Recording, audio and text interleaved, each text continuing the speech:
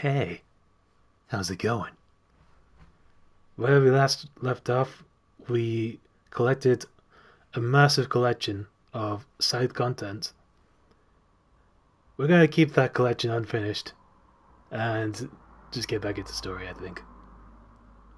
Let's play some on NieR. Let's go adjust the audio. I think literally the last thing I did, I came all this way to do a side quest. I'm not sure. This might be main story. Let's find out. I don't even remember what I was doing here. I was taking out a bunch of shades and stuff for Crazy Best Boy in here. But I don't know if that's main story. Could you bash up a bunch of robots while you're in there? Just rip them apart? Kill them. Yeah, yeah! By the way, what can I help you with? Come back soon. Rip them up! I missed you, bro. It's been a whole week. Never change. Maybe I'll come back to this for Gideon, but like, I've already kind of said I'm not doing side quests. I gotta commit. You know how it is. And we gotta feed the secret dish to Barden, don't you understand? Let's get on that. He's been dead all along. Poor guy. One could say he received his just reward. Still, he was with the woman he loved at the very end, so I trust his final moments were happy ones. Are they talking about the brother? About dying. I suppose this means the matter will always be a mystery to us. Oh, it's my pig. My platypus pig. How's it going, pig? I missed you. Sorry.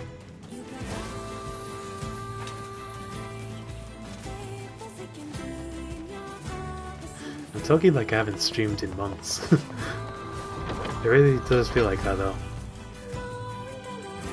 Probably because my stream days aren't super spaced out in the weeks anymore. It's getting weird! I'm Mr. Me6. Look at me. So, X marks a spot.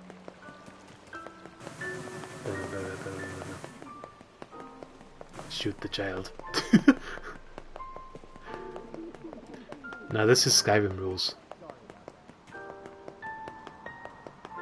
Children cannot perish in this game.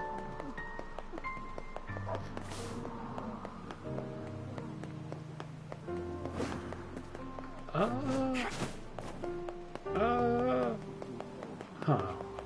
Over yonder? Oh, I hope that X, that red X, is pointing towards the main story, and not some recent side quest I accepted. Let's find out, I guess. Tedboat. Oh there, getting on?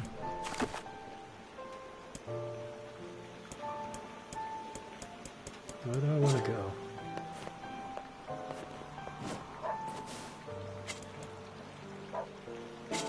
Don't want to fish.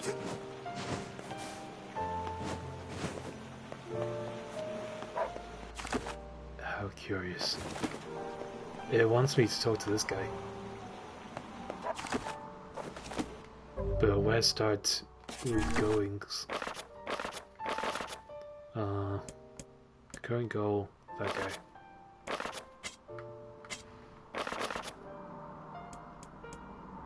I think these are all side queues.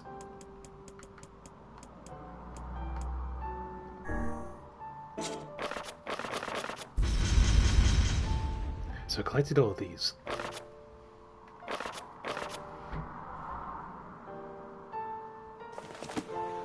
I am confusion.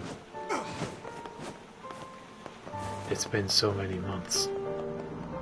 My memory's hazy. My everything's hazy. Do you think Yona will play with me when she gets back? Yes, child. Fuck. I'm Oh, not there. good. Oh, there. Oh. No. Let's try.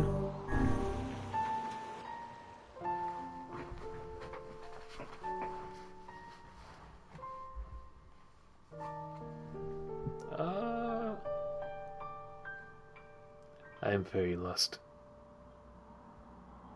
I need an adult. Are we ready? I'm no longer lost. Keep your adult. Let's all make it back alive, okay? Hell yeah. It's a plan. Wait. Wait. This is the final... Is this the final? The final fantasy? Have we already made it? Is Yona in yonder cave? Damn. It feels like it took forever and no time at all to get here simultaneously. You know?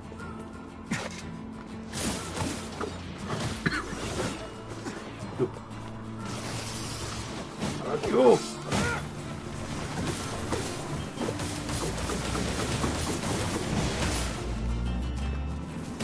Spin!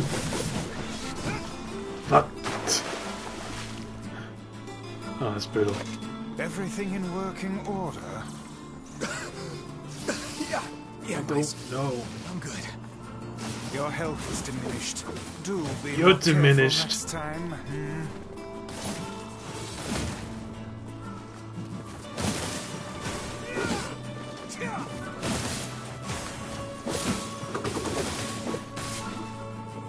Get effed!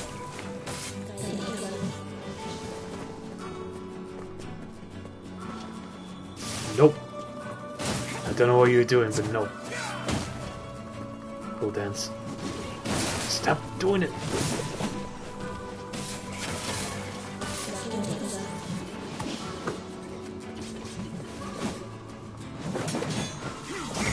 Slam.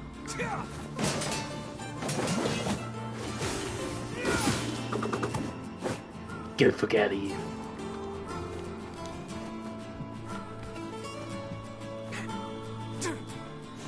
Have I ever commented on how gorgeous this game is?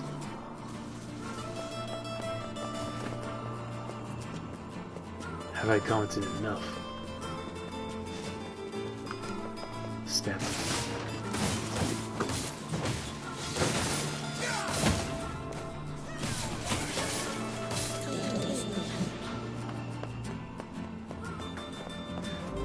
I was feeling a little concerned whether I'm actually ready for the final fight, but I do have this Phoenix Spear, which is crazy OP. What are they shooting at? What's happening? Oh god! But they're shooting at me.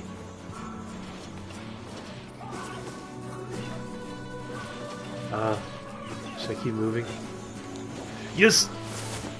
Who's shooting? What are you? It's one of those lich things like from the desert. I don't want to be here for long.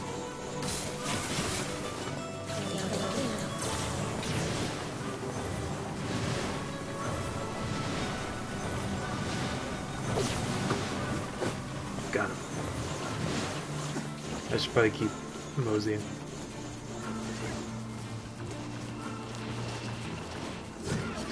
Fuck you!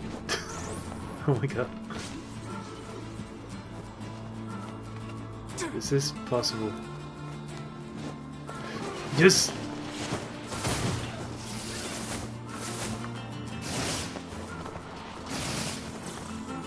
Oh, it's following. I'm out, I'm out, I'm out.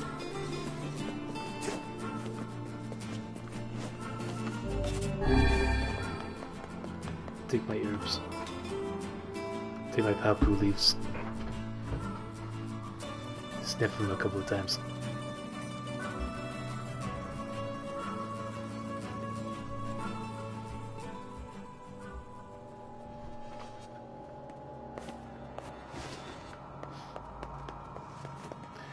We've been here at least twice, right? This is number 3. Ooh.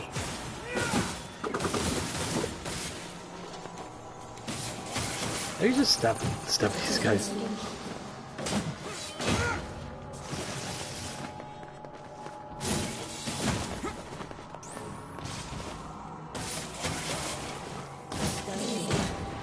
Truly, this weapon is too OP.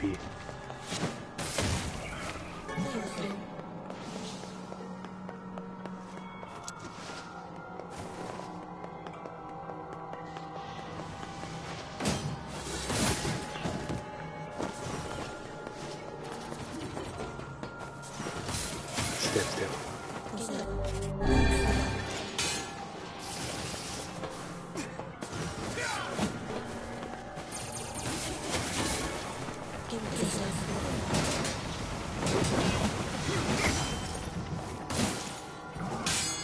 Got him!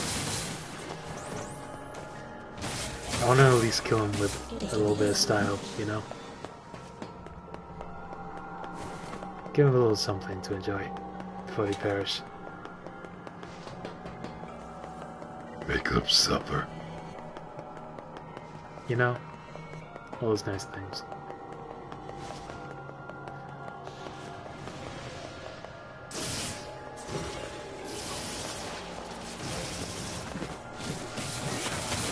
I think not.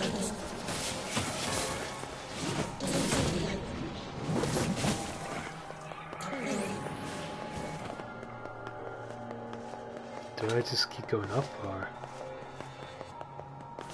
Where are stairs? There. That looks like impossible stairs. Okay. Understandable. There's so much blood.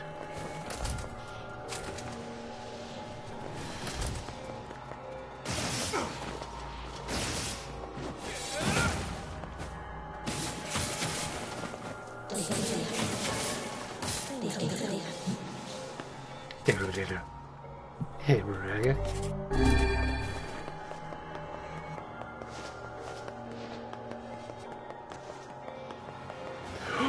Hi.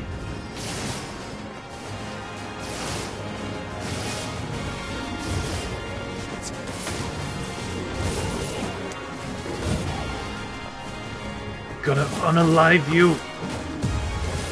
Don't even at me.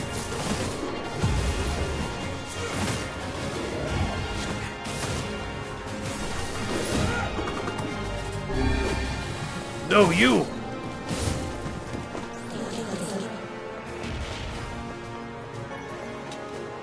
That was a little risky.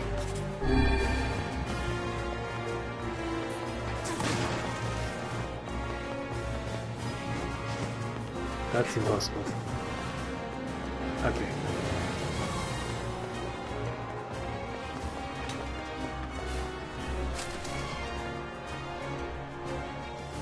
Where's Princess Hilda?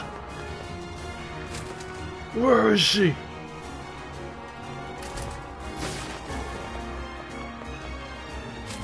Where's the real Princess Hilda?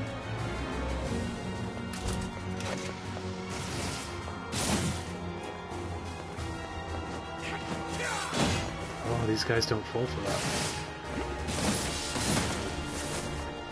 Never mind.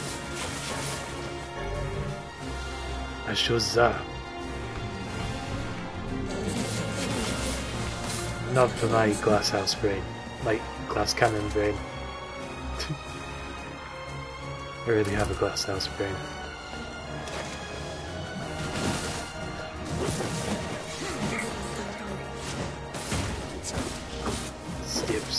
Step.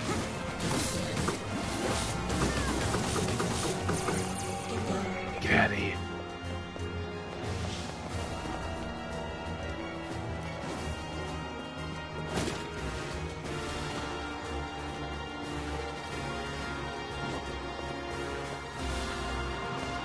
Get out of here.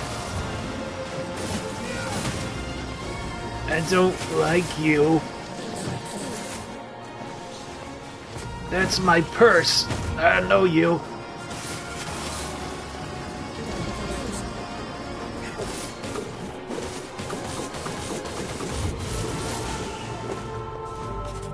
Is that parryable? Well, it's blockable.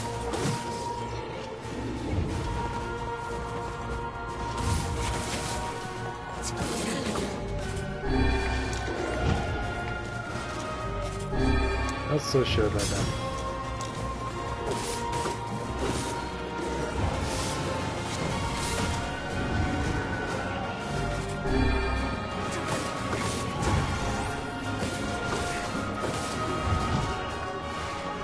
How did that hit me?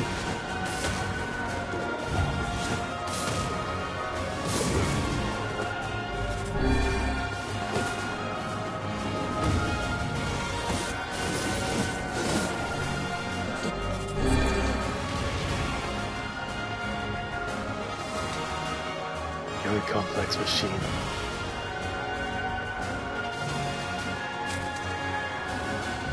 This music is so final.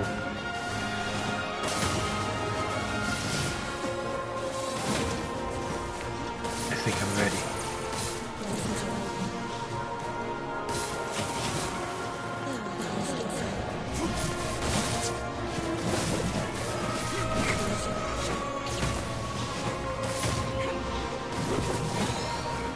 '25, let's go!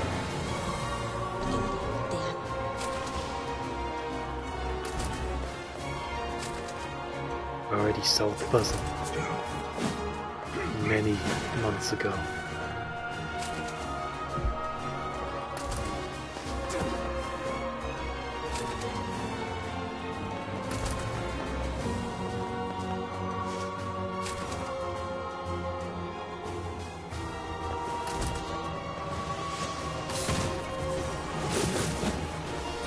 Step, step, step. Get out of here.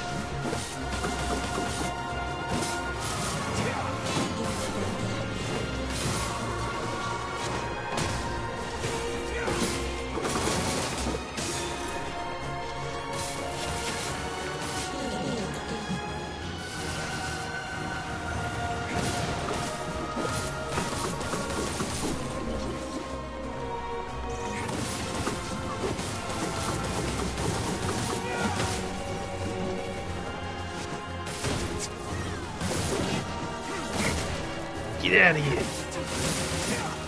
You're doing this the wrong way.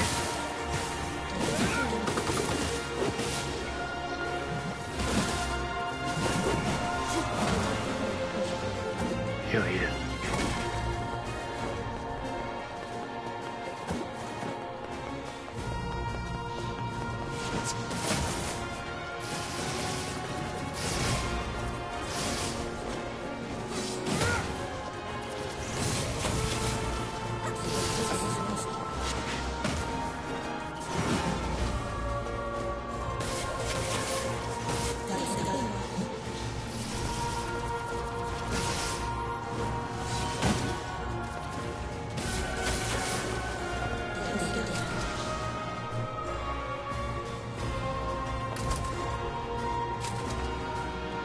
I'm so ready.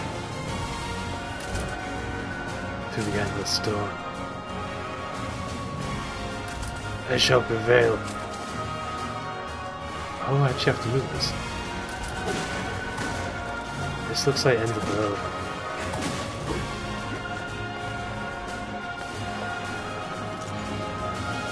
What's the move button? Oh. Are these immovable?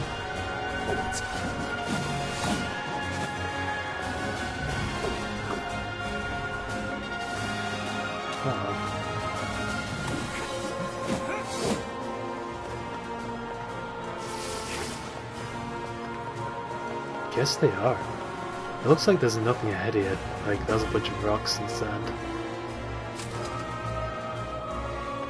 Her. Okay. Well.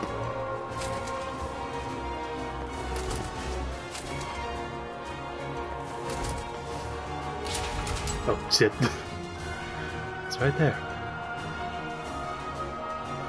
Understandable.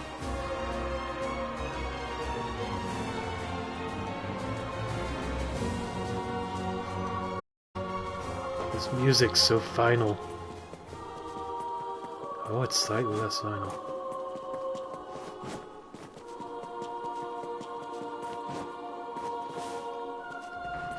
The final chapter. No side quests allowed.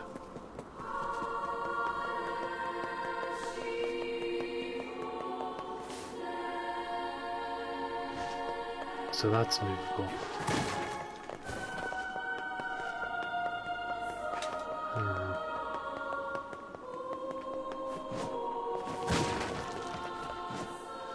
There's a path.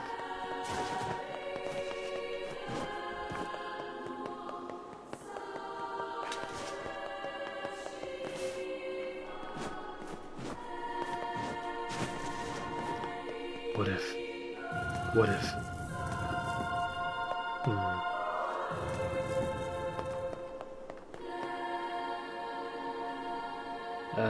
Kinda. We're touching butts.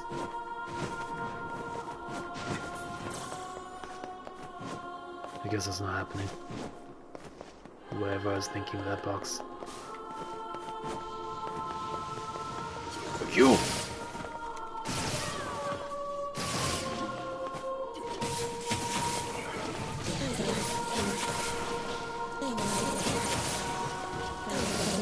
I feel like the finishing move is really broken. It takes really long to beat him otherwise.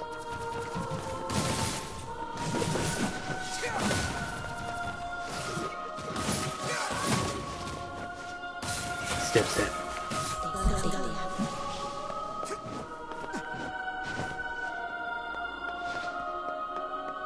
Step.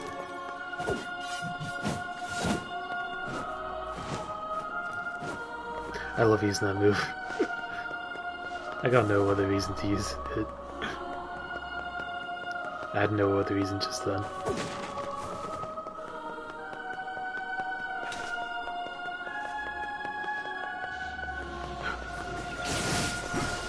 Zoinks!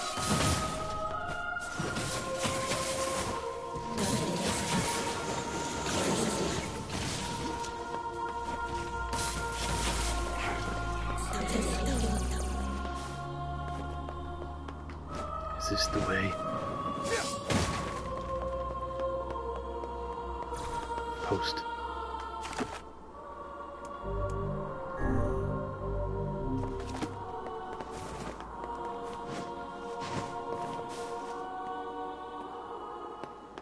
It's the final battle. Let us commence forth. For Yoda!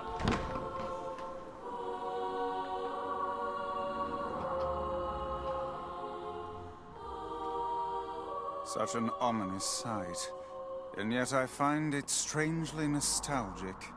Yeah. This is where Vice and I first met. And first fought together. Wow! This is where you used to live, Vice? Well, yes, I suppose. In a technical sense. Pretty nice digs for a floating magazine. At least it was free from annoying hussies like yourself. Hussies.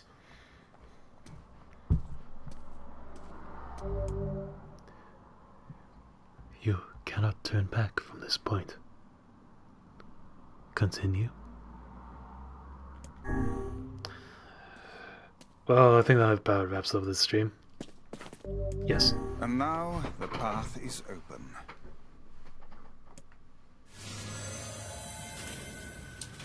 We really have reached the end. It's so hard to comprehend.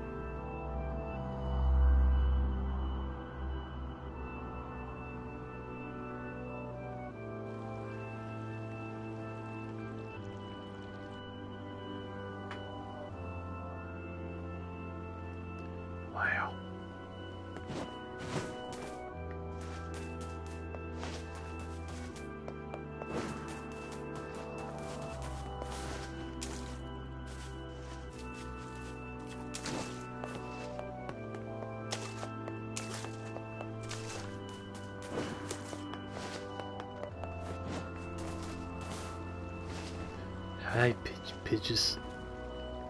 To whom does the true voice speak? Of course, you sound like Vice. To whom does the true form show itself? You must answer. It can talk! Sanguine, my brother. I ask, why did humans... The hell is this? I believe this is some manner of password. Password? Yes. The correct answer should grant us access to the castle. I feel confident I have heard this somewhere before. Please be multi-choice. To whom does the true voice speak? To whom does the true form show itself? I ask, why did humans disappear from the world? You must answer.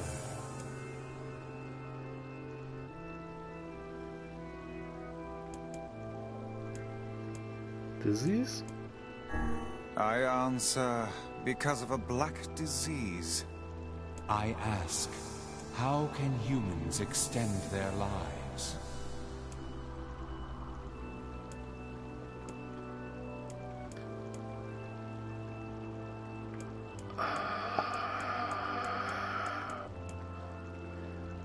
By acquiring leaves of the sacred tree. I answer, by acquiring leaves of the sacred tree.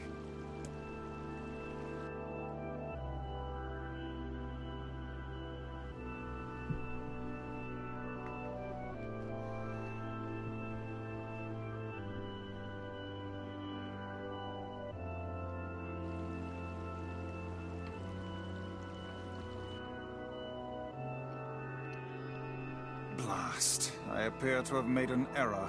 Shit! Damn it!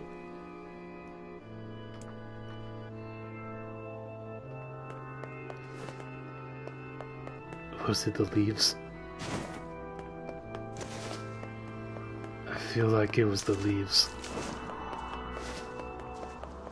What if I just fuck these birds and move forward? Oh, I can just do that! Wait, no! I was joking. Oh. I see. I see. You can't fuck these birds.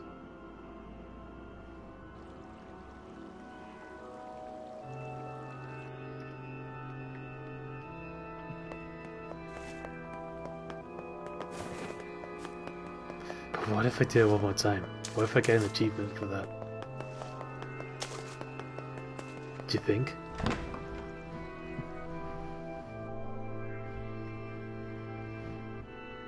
Well, I'll just go ahead and skip. Okay, hold on. Is it just me, or are we looping around the same path over and over? What do you mean? I think he means we're stuck. There must be an escape route somewhere. Phoenix Sword? That's gotta be good. Is it one-handed or...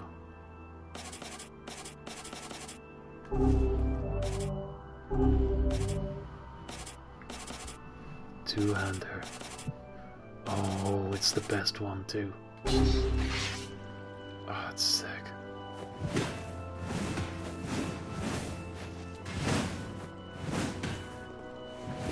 Maybe I'll use this some more. Maybe. No promises.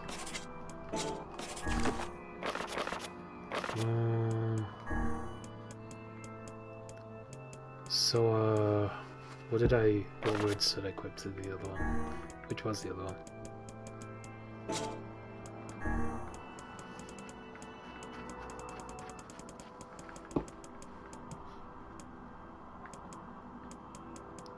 Attack, power, and paralyze seems to be the general thing I went for. Okay. Let's go.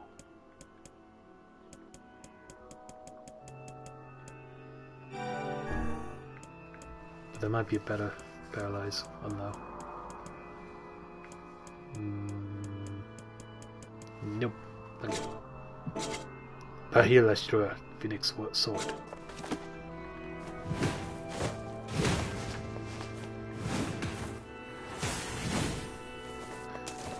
Yeah, how about this way?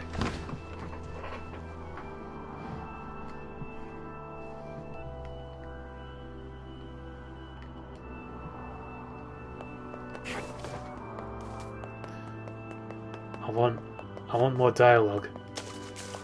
This is Undertale. We're searching under every pebble. You know how it is.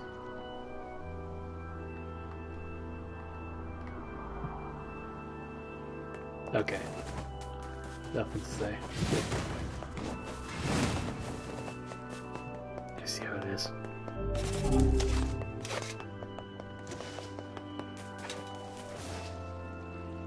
To whom I ask, why did humans disappear? You must. I answer. Because of a black disease. I ask, how can you? By separating body from soul. I answer by separating body from soul. Soul. I ask, Oh. what is the destination of souls?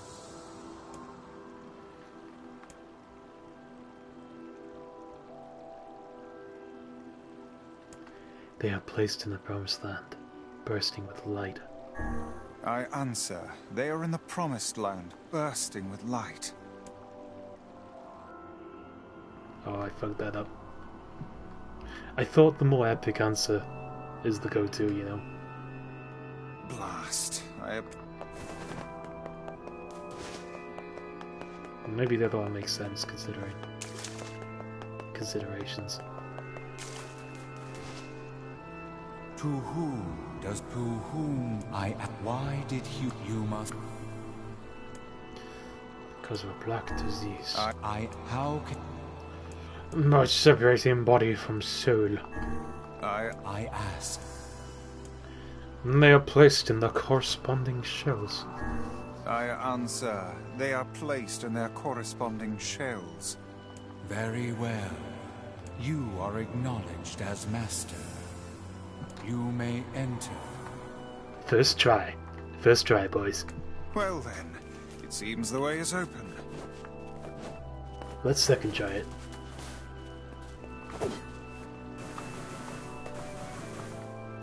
Okay. Let's second try it. Okay.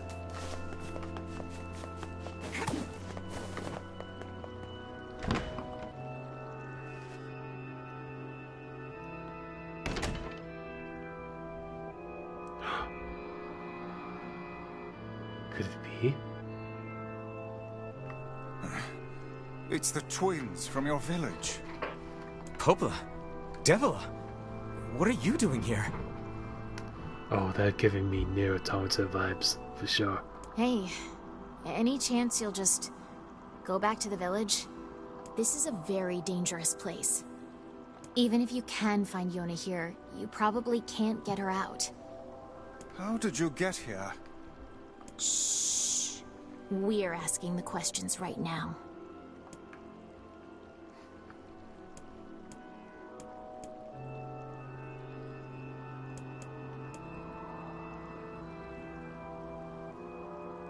I really want to know. What are you two doing here? I'm not going to answer that. You can figure it out yourself. But what are you doing here? What are you two doing here? I'm not going to answer. But what? We're here to rescue Yona. We're here to rescue Yona. No dice, huh? Well, I guess we don't have a choice No. then. Why must we fight? Why? I thought friendship. No, I suppose not. How sad. No.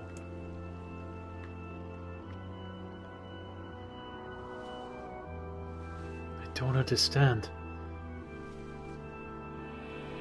We didn't want to fight you. We really didn't want to. Then why? Devila, what's happening? Sorry, but this fate was predetermined. Still, we spoke to truth. We really wanted to avoid this if possible. We were hoping to put it off for 100 years or so, until the next generation came along. What are you talking about? Are they shades? I don't think so. It's a lie. I don't believe it. No way. Oh, do they share the same health? Oh. If one perishes, so does the other. The other follows.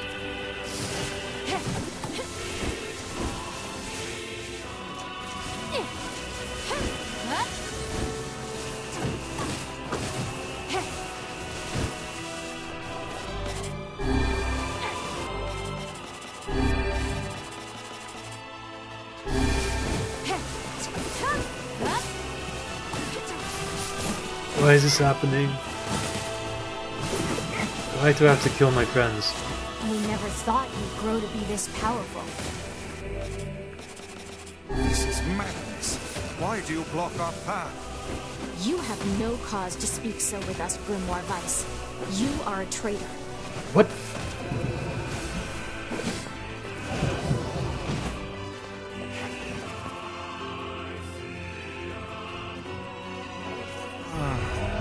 now?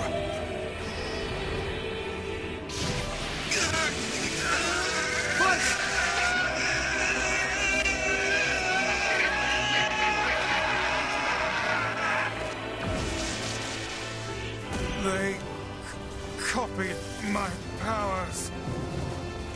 Ah, shit on a shingle. They can use the sealed verses. Of course we can.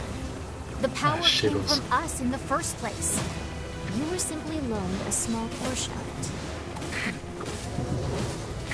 Then why did you steal it? Are you all right? Tevela, Popola, why are you guys doing this? Why are you siding with the Shades?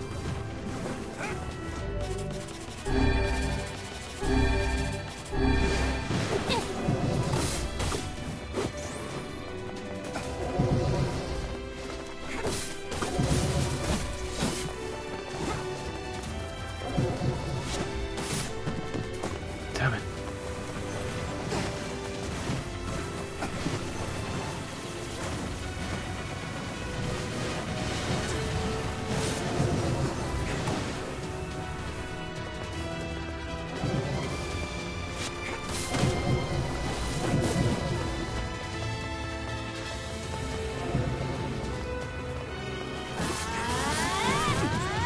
Oh, they did the hand thing. Fuck. Is the magic hurting them? A teeny bit.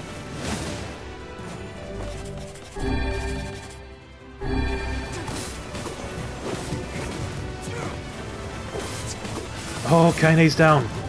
No.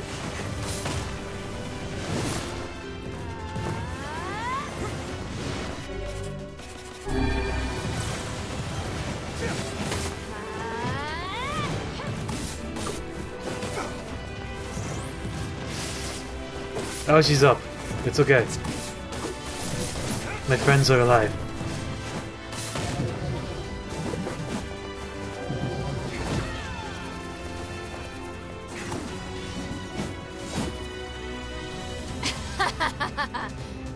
Why? The answer to every riddle lies within the heart of the Shadow Lord. The Shadow Lord? So you've been on his side this whole time? You must search for that answer yourself. You've got to face your own truth now. Please, enter the Shadow Lord's castle. Final boss of Final Fantasy XI.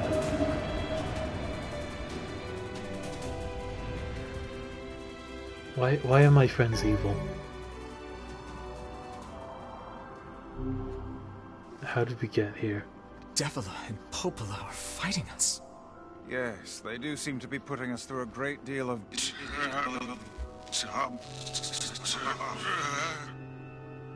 You okay, Weiss? How odd. For long years, my mind and tongue have been my greatest assets. but now the latter seems to be... Hell. Weiss? Do not look at me like that. I am Grimoire Weiss. I am perfectly... Oh. He's been taking that drug from Automata.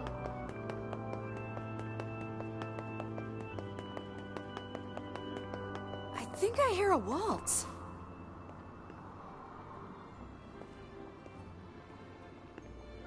What? Excuse me.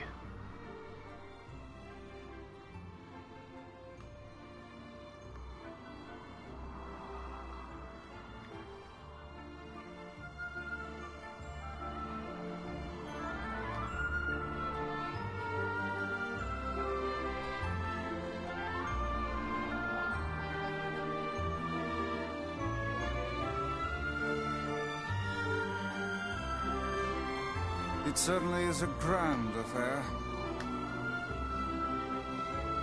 So grand. Bunch of dancing bastards. They're all shades.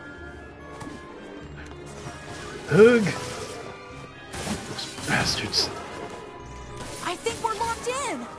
It's not like I was planning to leave. Yeah, it's a bit late for that. Waltz over.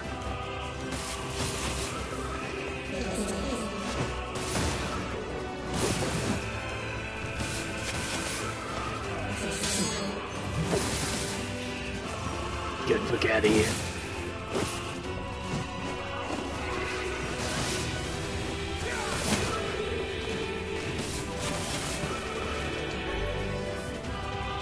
What's Starkin?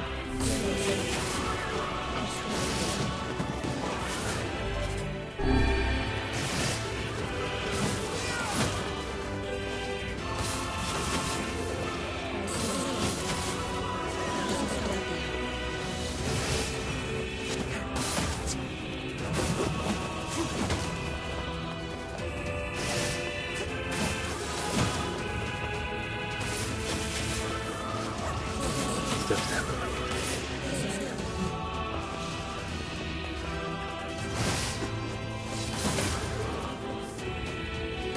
Step, step.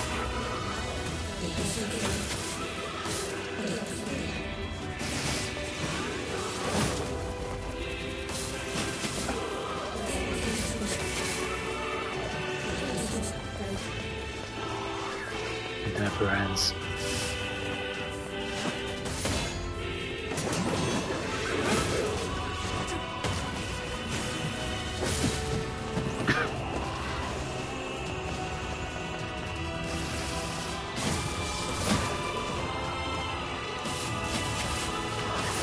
Oh, let's use the sword for fun and games.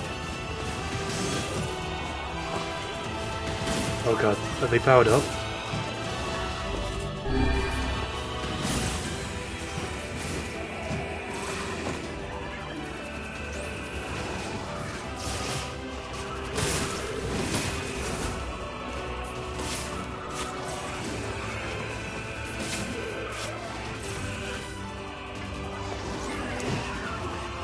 They're coming back to life.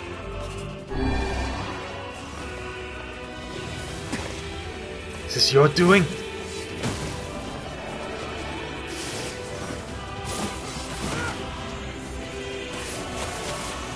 Get out of here.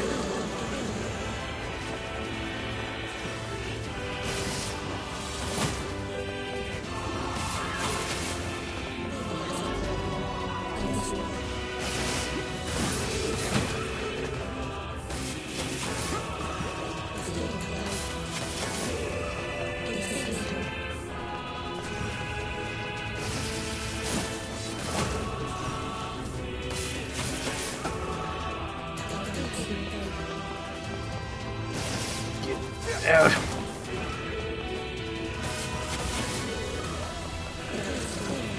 Oh boy, it's a wraith.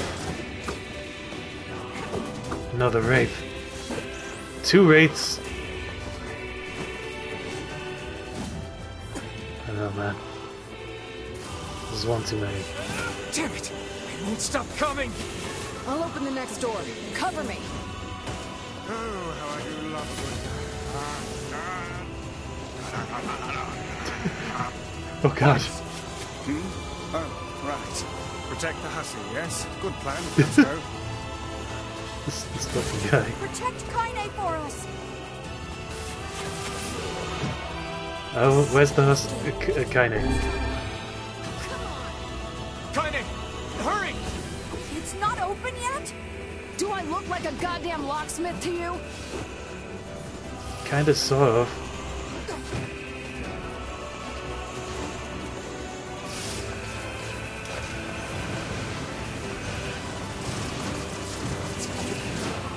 They're not attacking her, are they? No, they're aiming at me.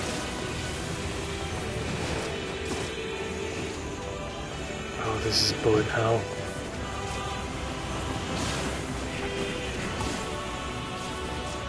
Did I get it?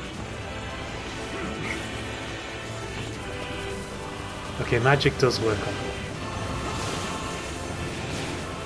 Just have to move around while casting. No, you idiot. What are you doing? Lock doesn't want to open? Fine. I'll just break it down. Stop, you impatient fool. Goddamn no good bullshit bastard! Open the fuck up already! Ugh! Got it. Kaine, look out!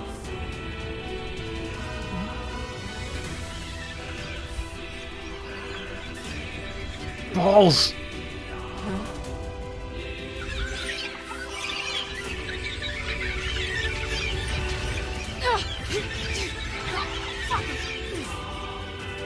Are they? These things are freaking me out!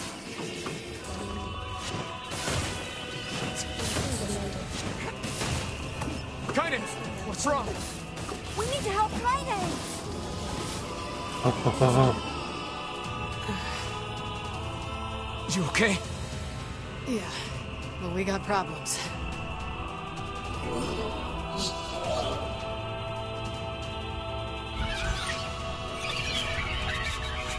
the balls together.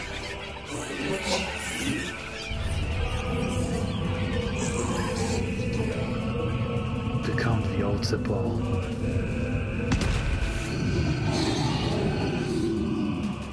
Pigment.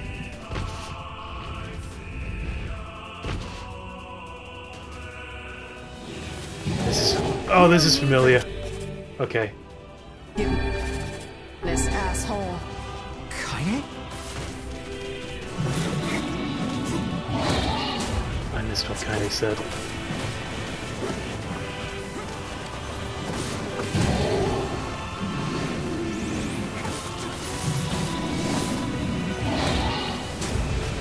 Nope.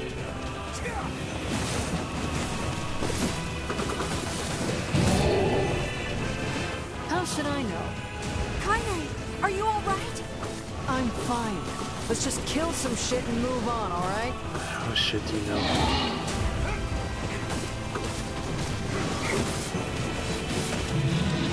Damn it! How can something so big be so fast? I get that a lot.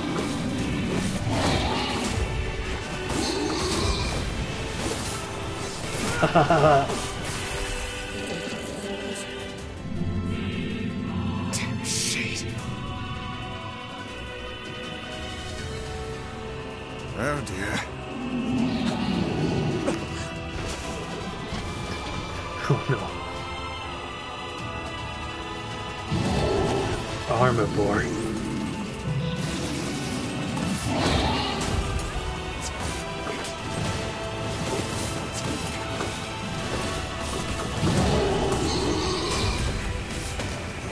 Oh, that's right, I can just lower it into the wall. Maybe. Should go on.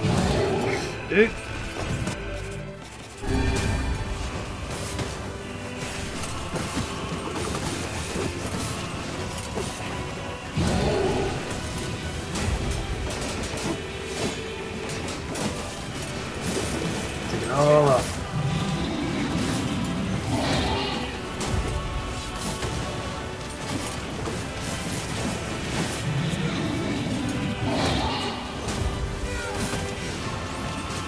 Get out of here!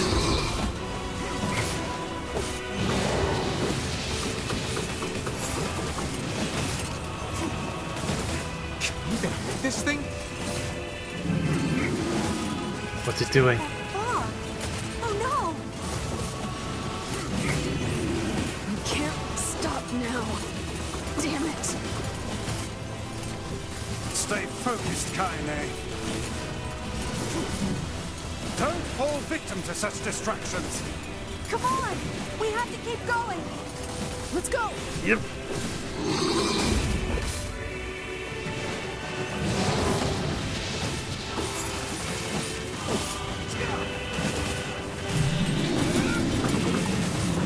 Yeah.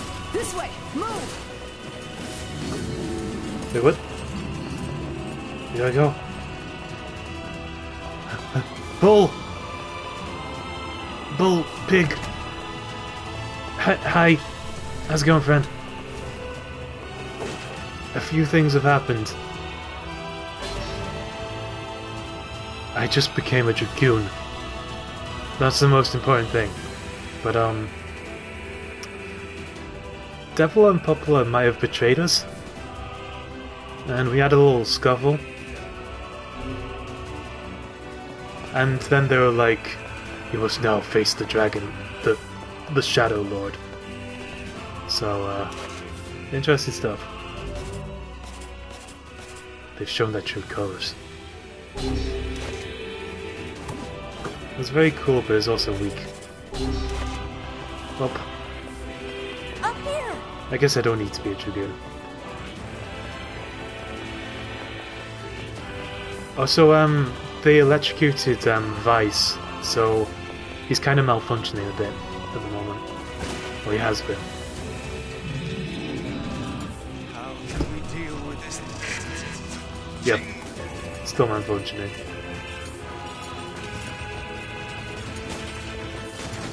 Please, hurry! That was a risk! Shit. It can do that? It can... Instant death. Alright.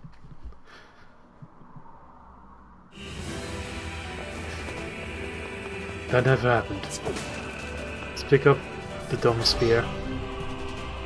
I'm sorry, Lance. Up here!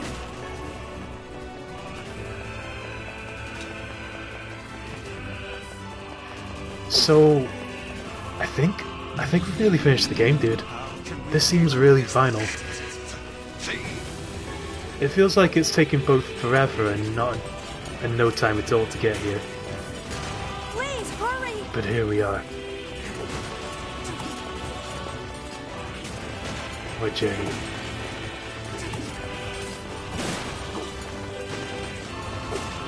Oh, I didn't pick it up.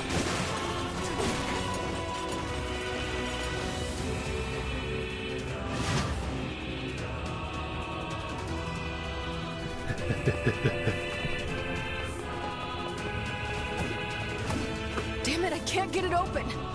Low kick. Low kick. Attack incoming! It's so armor. This entire thing is armor. The entrance is locked too! It seems we are in a bit of a predicament.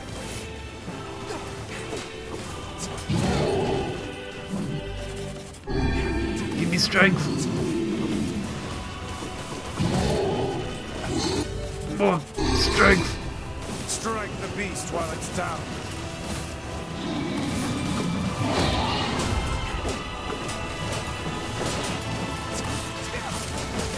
Fuck your armor. I don't even care.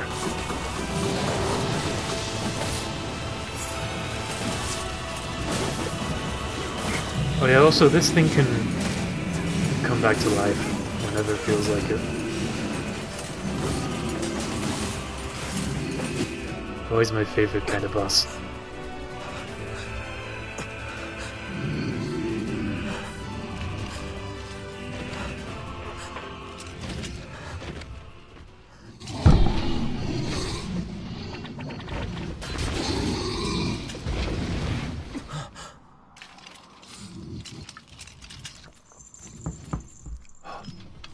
Friends.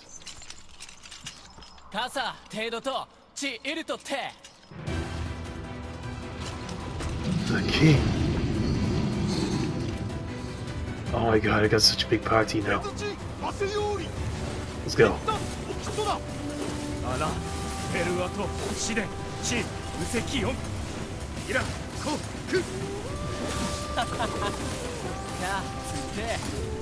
What are you doing here? This thing has the shadow mode, is it not? You are correct. Then we have a common enemy.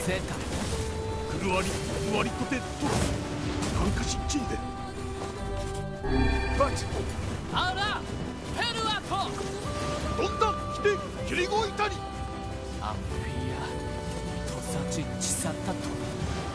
Oh.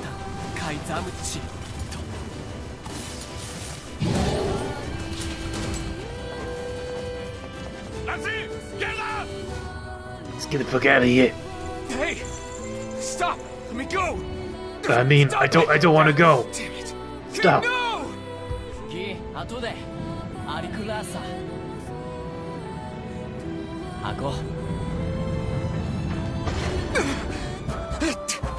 No! Open the door! You can't fight that thing on your own!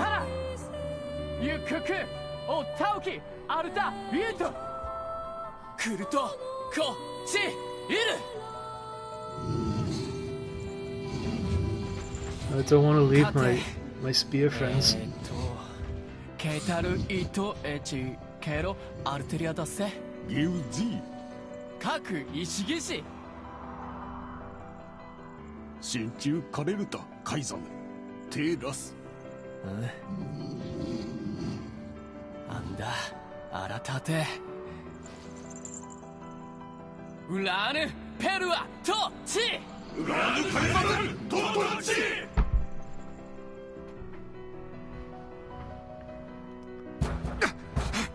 Open the damn door!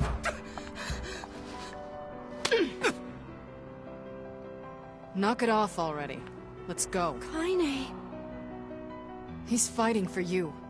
And for Fira. Don't let him die for nothing. Man. My friend. Man.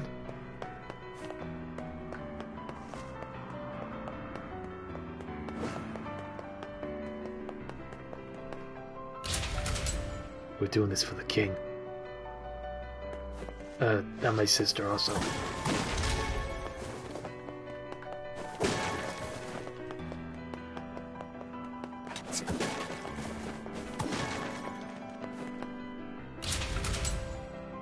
Something about these items tells me this is the final of finals.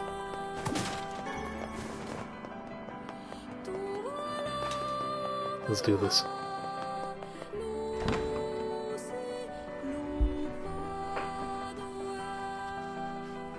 He died so I could munch on some herbs. It was for a good cause. I'll never forget him. The traitors! The beautiful traitors.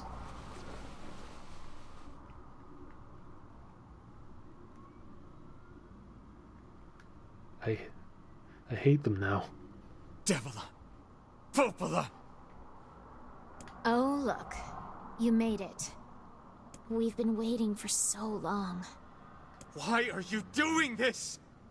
It began 1300 years ago. What? Humanity, finding itself on the brink of extinction, undertook a last-ditch rescue plan called Project Gestalt. The English release of the original NieR was called NieR Gestalt. Gestalt? I guess we learned about Gestalt through those those notes, those documents as well. Do you still not remember, Grimoire Weiss? Then let's give you a refresher. Oh yeah, they're calling Weiss a traitor as well. And apparently, like, Weiss's powers originated from Devil and Popula. Obtained Project Gestalt documents.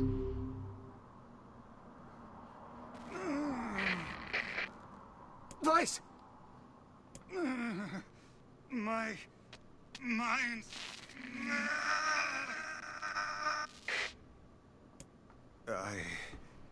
I remember. Devila. Popula. You are not human. In fact. Oh no. Yeah, sometimes the truth can be a real bitch. You want to finish that thought for him, sister? All of us, every person standing in this room, are mere shells created by the true humans. I don't like anything about this.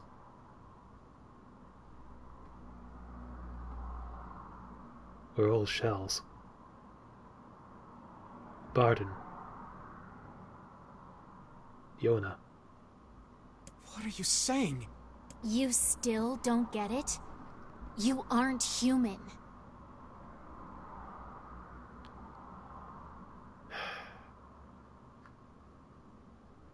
This is really interesting because of what we learned in NieR Automata with like the death of humanity and everything.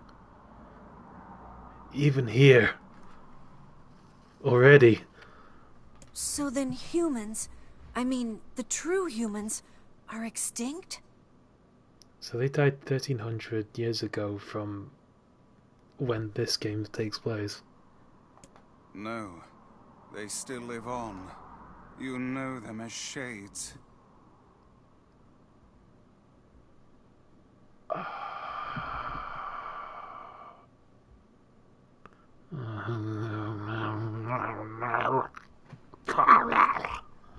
Oh god. I'm not turned into a shade, it's okay, but oh my god. Each shade is a twisted remnant of what was once a human being. I had a feeling as well, but I don't think they confirmed it until now. Crazy, huh?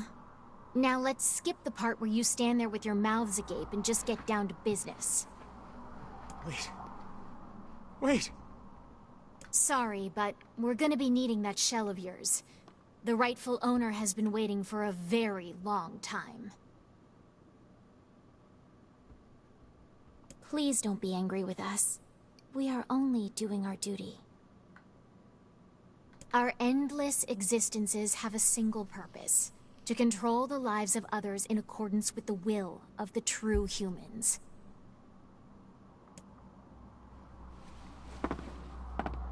You have your own motives, your own desires.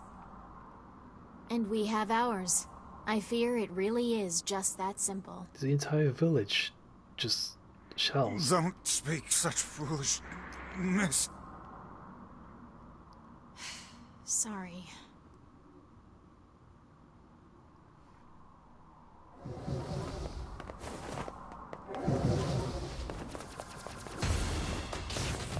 I don't want this. Us, we're the same. Tools in the hands of a master. No! I'm nothing like you!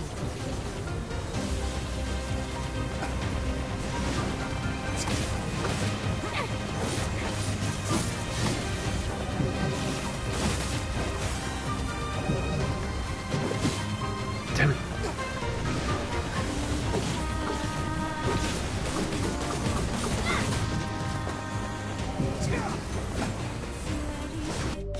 Give me strength. Give me magic. Give me spirit. Give me herbs.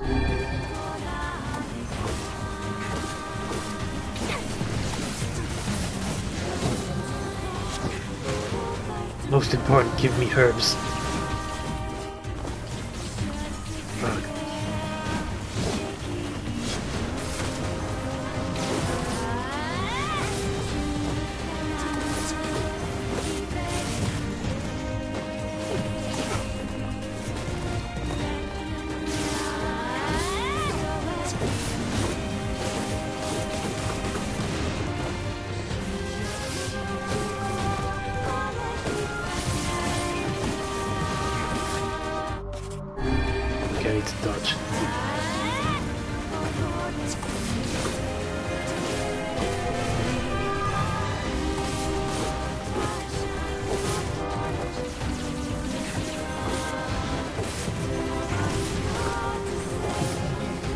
believe in the power of killing my friends.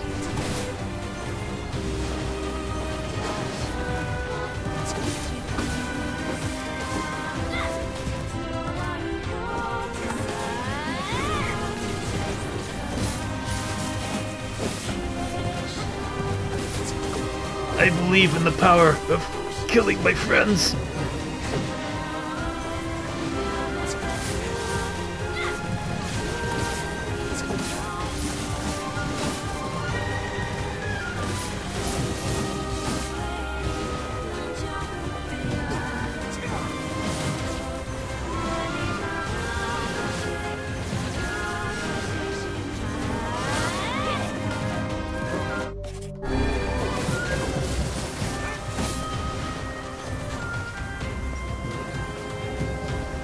The king died for my power-ups.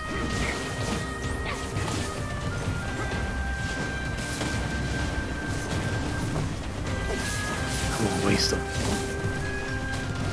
Fuck.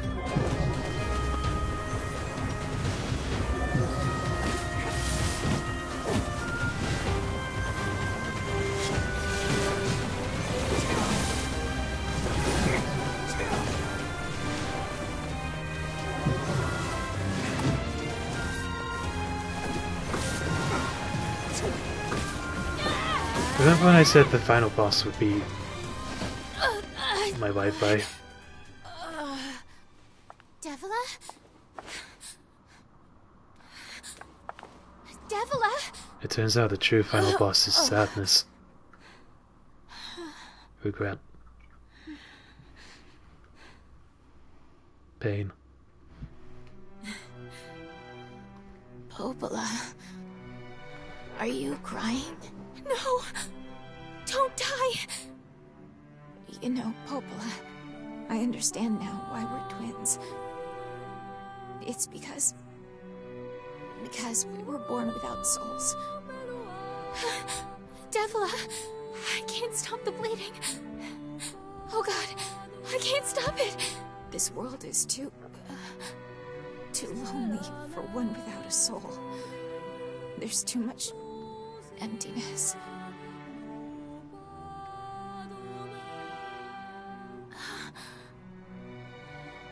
Our souls are missing. And yet somehow our tears still work. It's kind of weird. Sorry, sis. I love you. Devila! Devila! Don't you go! No, I can't be alone! Devila! Why did I have to do this? Popola. Let's stop this now. Stop? Stop? Now you want to stop? You think you have the luxury to stop? You cut down my sister like a goddamn animal and now you want to stop? Popola, wait! It doesn't have to. No one stops! It's way too late to stop! No one stops! Please, don't do this, Popola! You and Devila were like parents to me! Those two have watched the world wither for time immemorial. The cruelness of such a fate is difficult to imagine. I don't want to do this! I don't want to fight her! I don't want to do this. Stop bitching and start fighting! It's the only way!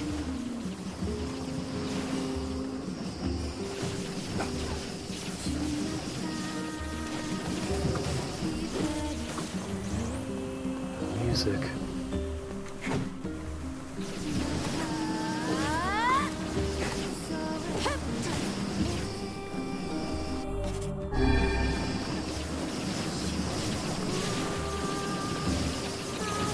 I'm not sure if this is even possible.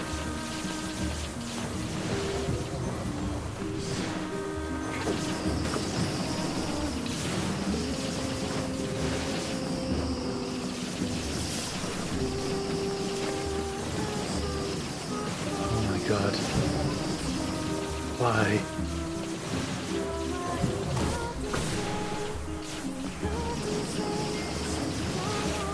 Not like this.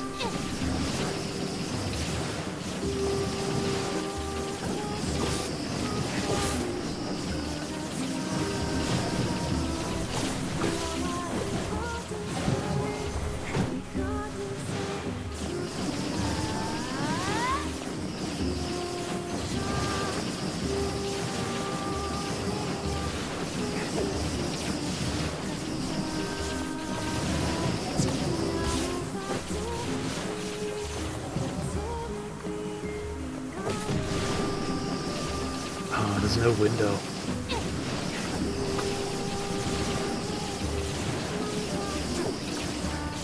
Not that I want a window, because I don't want to kill my friend. Ugh.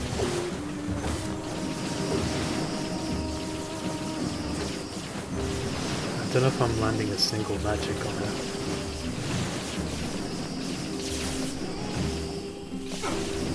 Oh wait, oh,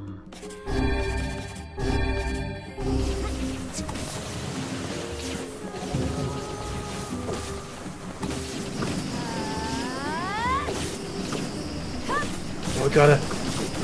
Oh, this is working. Okay. I mean, no.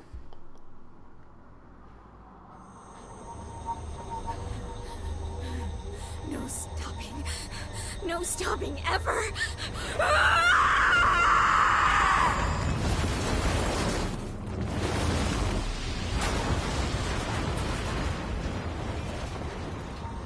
The bridge! Blast! We're trapped. I've got an idea.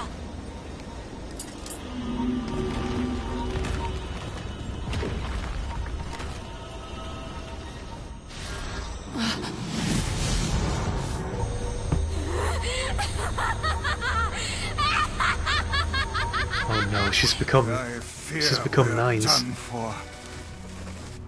I hate this. It'll be all right.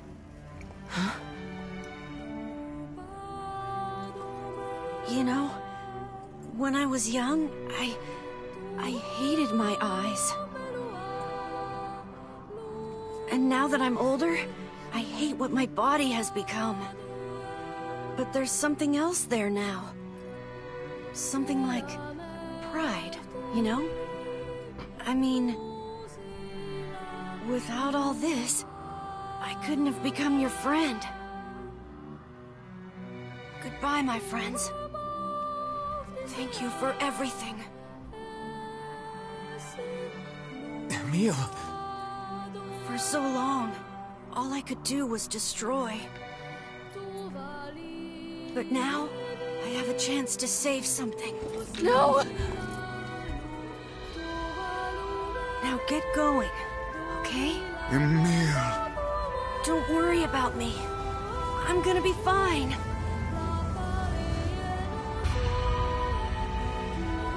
Emil!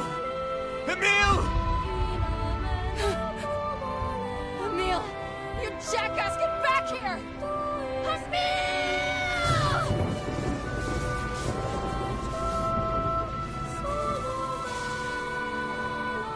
Oh dear.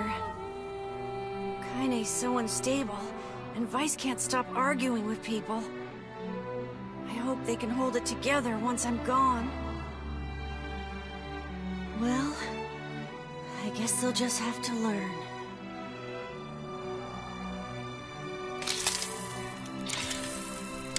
I didn't want any of this.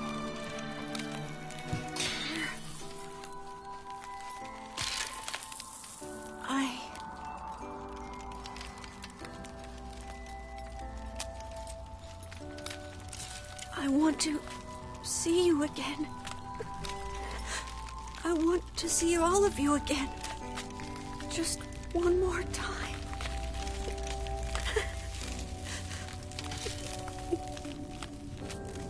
I'm scared. I don't want to die.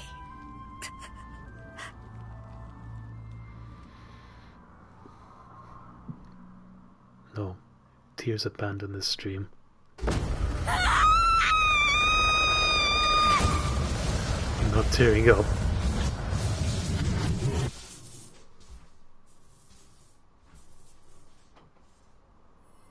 Man.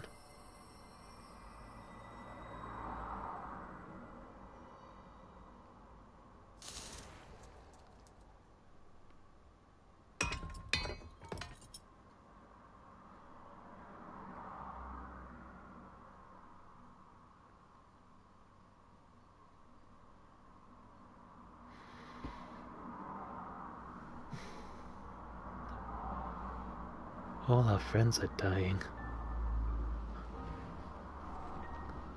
None of us are real.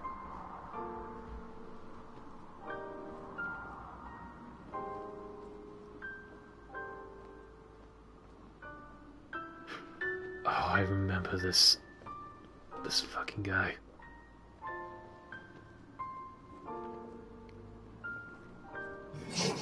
This absolute guy.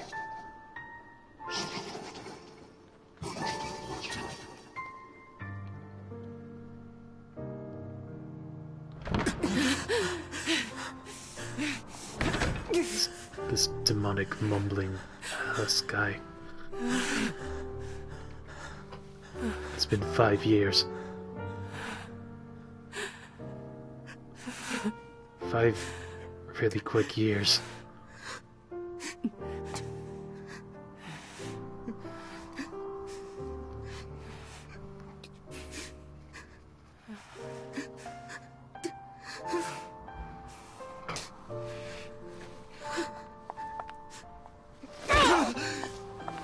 Whoa. Why are you like this?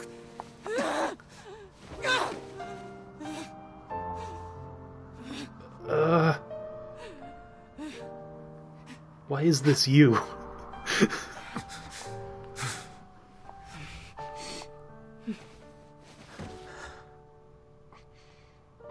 Let's go.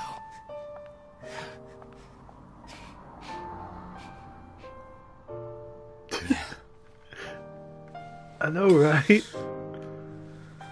What even is a Kaine?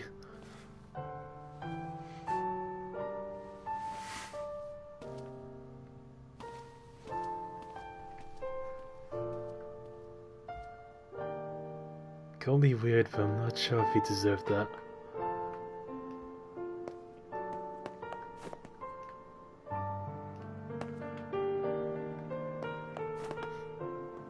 Well.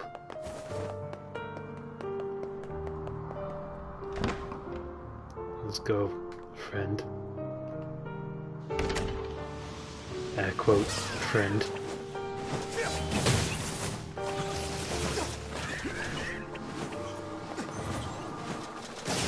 Now is not a good time. We're mourning humanity. Did you not get the memo? Did it not arrive in your letterbox? Did you drop it? Get out of here. Fuck.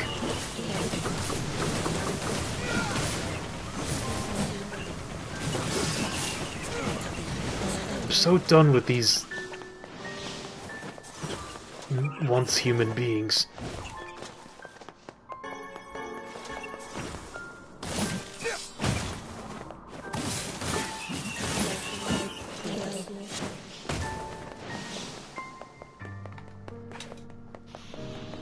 I'll kick you all in the stomach. Vengeance!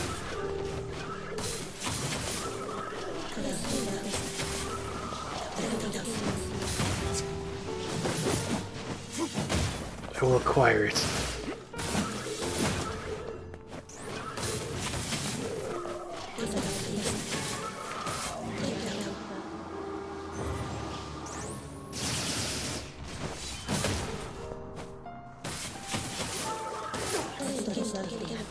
Oh, when I see those Kaine magic spells, I keep thinking it's Emil spells. But then I look behind me and It's just a kind, eh?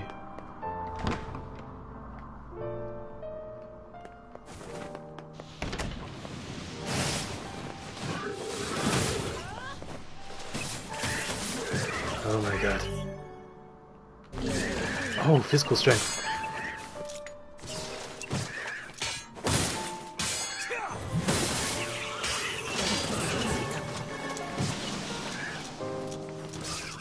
Okay. Okay, let's take a break. And, I know this is like probably killing the moment, but let's put some words on our spear. That's double. Right? It was 30%. Hang on. Hang on. Wait, where'd it go? I thought I had the word. Didn't it say plus 30% strength?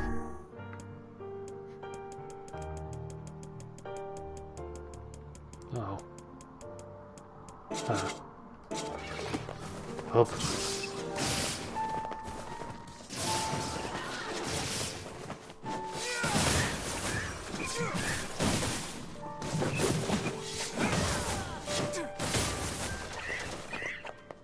Definitely reminds me of Heartless and Nobodies from Kingdom Hearts. The shades and the shells.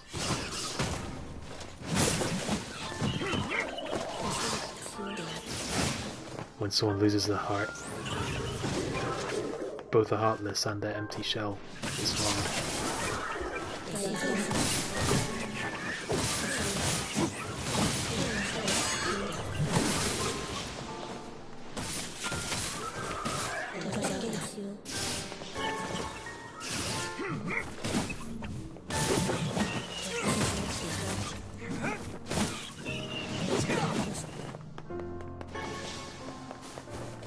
Is that an herb?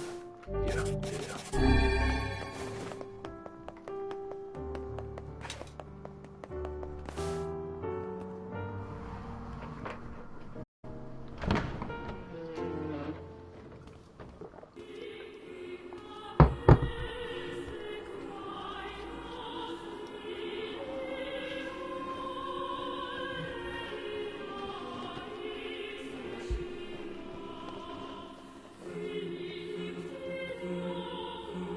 Oh.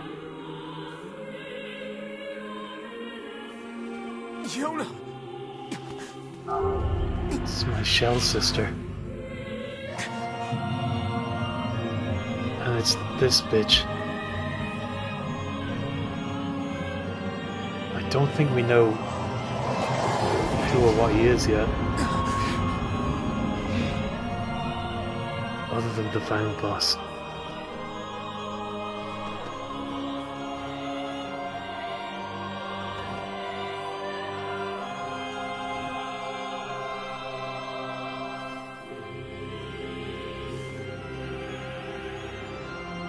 I get Adam and Eve vibes from him.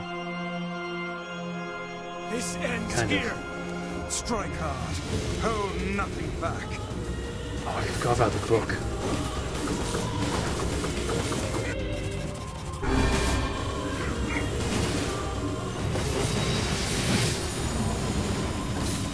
How can a mere tool hope to stand against the Shadow Lord? That's Don't right, speak come on, in such a Lord. manner, fool. I am nothing like you.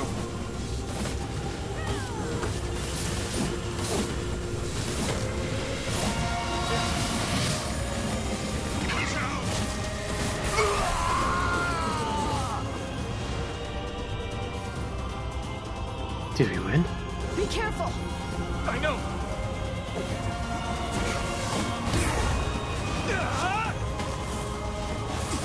Okay, I need to learn this guy's strats. He's using the dark spears. Damn. And a sword.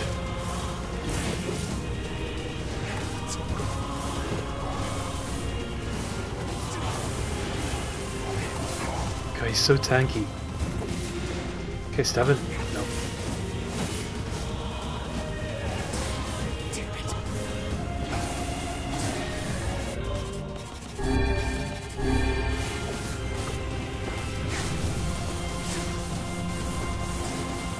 know if I'm doing anything to him. Vice, you alright? Naturally, I'm as fit as a fit.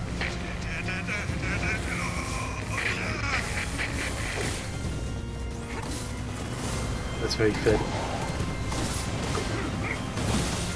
I envy your health. Oh, that did damage! Oh, I got him!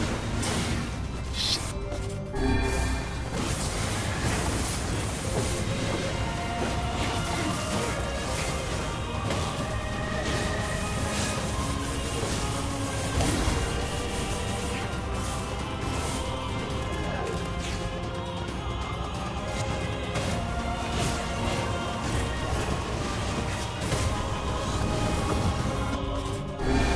I don't know when he becomes, like, vulnerable.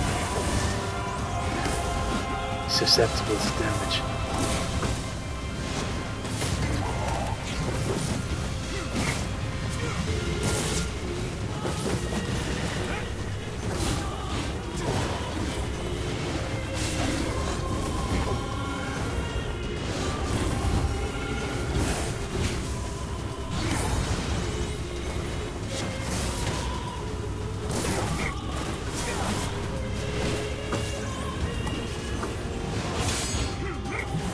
Nice!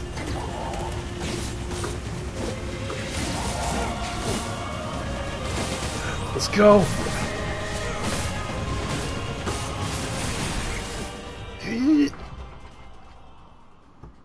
Getsuga! Wait.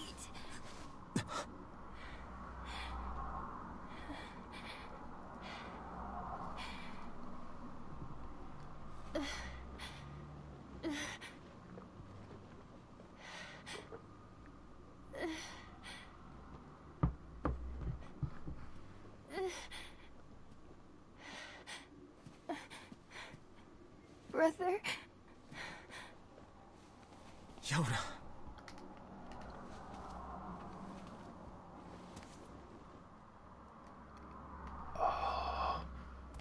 Huh? No.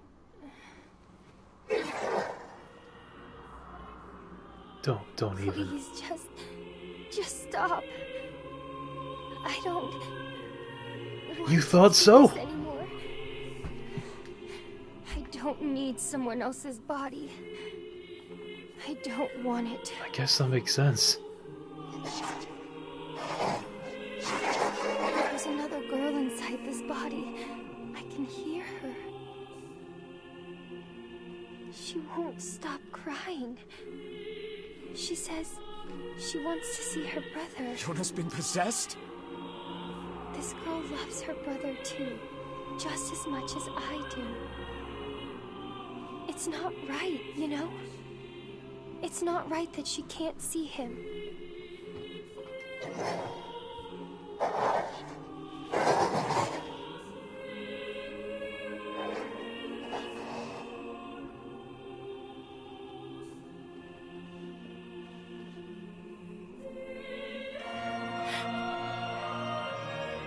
It's you, isn't it?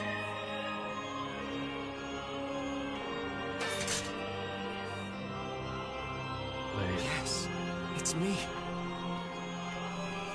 Let's go home.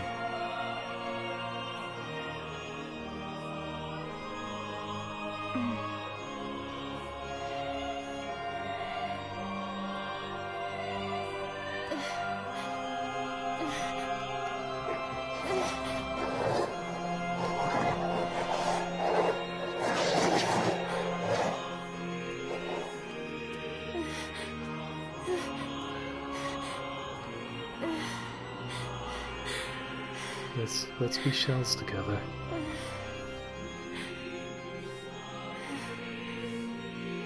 I'm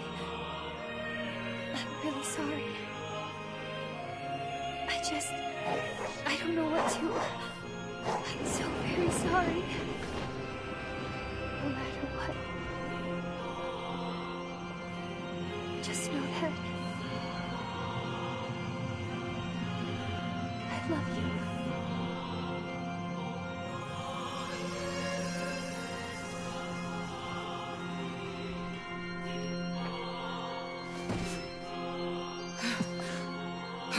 The shade that possessed her is gone.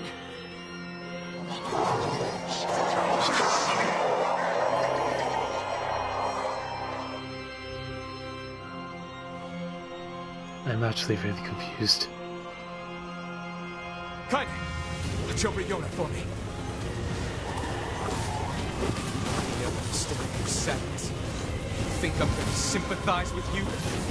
I swore to protect my sister and my friends. If someone puts them in danger, Please get away from my stand sister. aside or be cut down. Now come on! Let's finish this!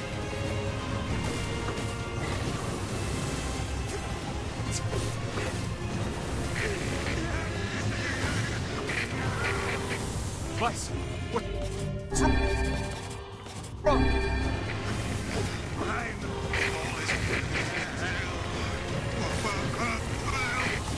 You're freaking me out here, Vice. What are you doing?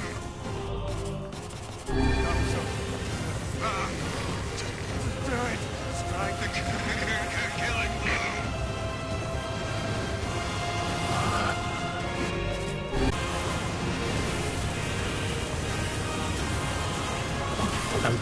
I'm trying, dude.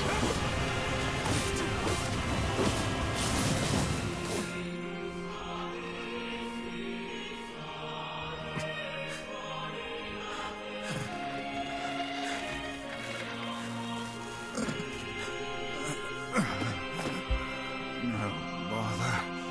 One moment, please. No. You okay? Fine, just fine. Vice, you're not allowed to die. Vice. Stop. It seems some headstrong idiot has decided to push me beyond my limits. I should have taken that job as a cookbook when I had the chance. Vice. Sorry. Only joking. I hate cookbooks. That was a good joke. Let's go. Out of the way. I have one final task to fulfill. Okay. Where are you going? Why, to stop him, of course. But after that, it's up to you. Only you can see this battle to its conclusion. I wish you luck, my friend. You can't. I swore I'd always fight by your side. You are an exceedingly stubborn lad. You know that, yes? Perhaps that's why I've so enjoyed our time together. But I fear this is where our journey ends. Vice! Oh, and remember what I told you about using my full name. Well, forget it. I've grown rather fond of Vice. Oh. Vice. Can I call you Nines? Don't let it go to your head now.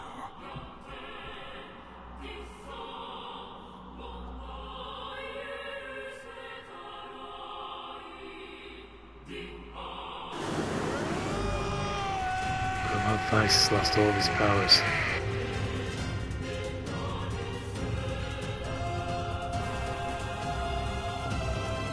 Human shades can exist in android bodies, but the android consciousness is still present in the body.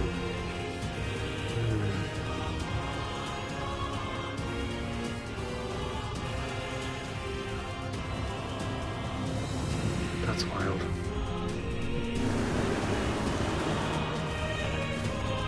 Let's finish this. Something to defend. I have a reason to live.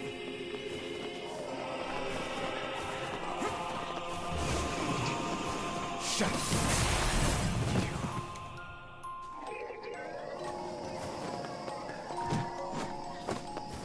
No, not the music box.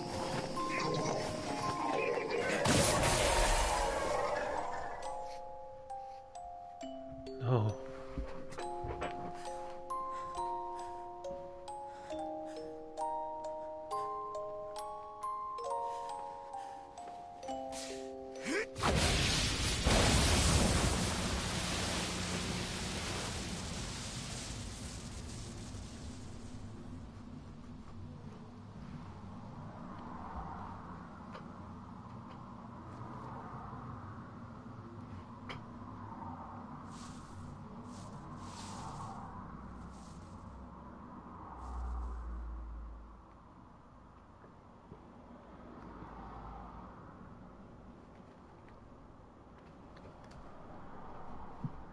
That's exactly what it is, dude.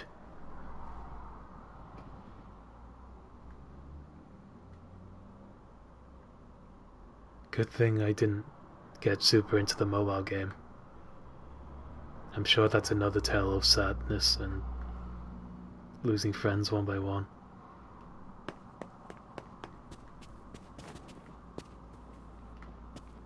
It's also full of gacha.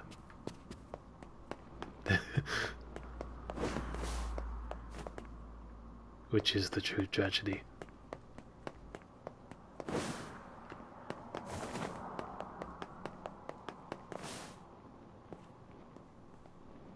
That's the true bad ending. Is Yona all right?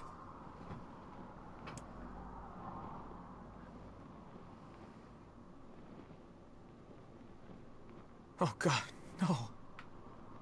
Oh, please, the girl is fine.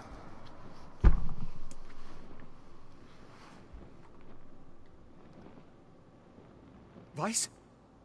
The ghost of Vice. Where are you? Are you okay? He's a ghost book. I am as well as can be, considering I have lost my physical form. Doubtless my voice will be the next to go, so listen closely. Your sister is safe. Do not mourn her, and do not give up hope. Instead, you must call her back to you. How? Use your memories. Recall the times you spent with her. Present her with proof that the two of you live still, and that your lives have meaning. I don't know. You don't have to be human to be real. You can be a real shell. Typical. But take heart. I know you can do it.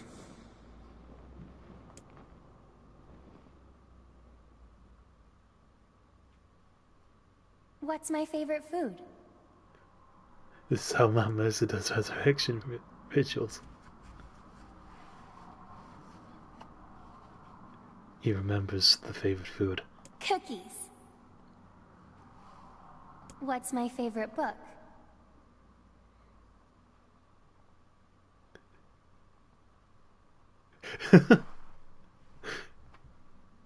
That's my magic storybook.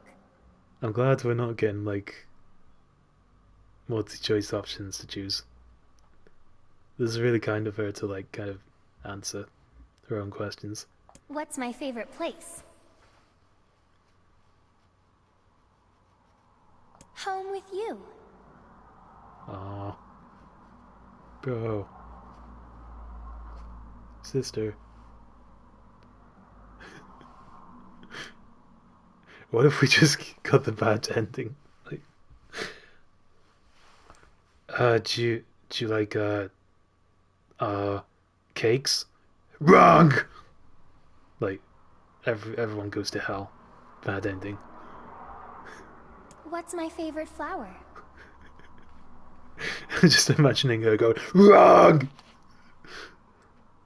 The lunar tear, of course. That would actually that would get me. Okay, one more question.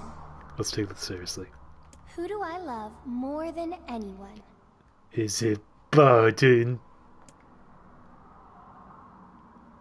Oh. Oh no. Could I answer this wrong?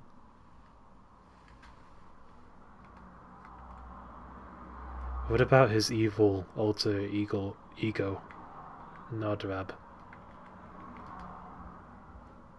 Should I answer this seriously or... That's my alter ego. I've revealed my darkest secret.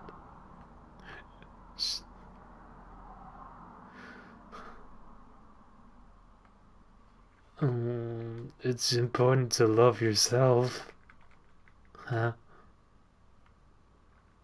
Kaine's pretty cool, even though she has a fucked up way of getting her friends back on their feet. I used to like Popola.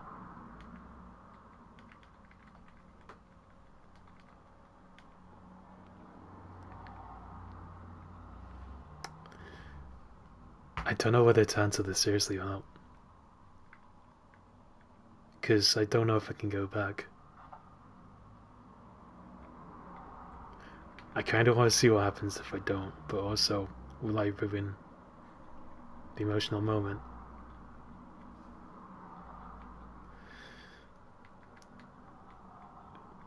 Vote in chat. Serious or not serious? Or should I flip a coin?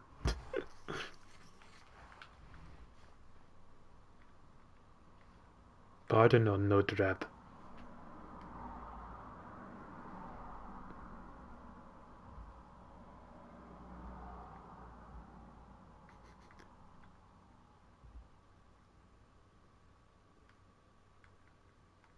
I just realized you can't actually see me typing stuff on the screen.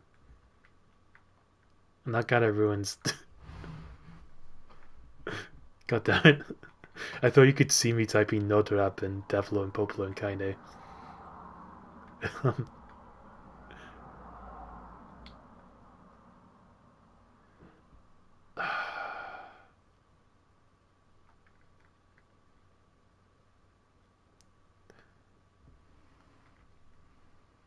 Serious game face.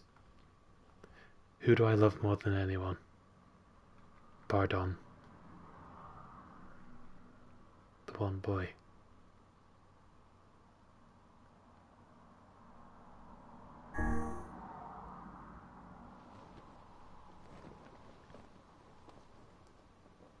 I had a feeling that was the right answer.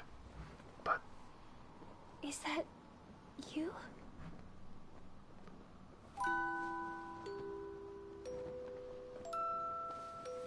Yona.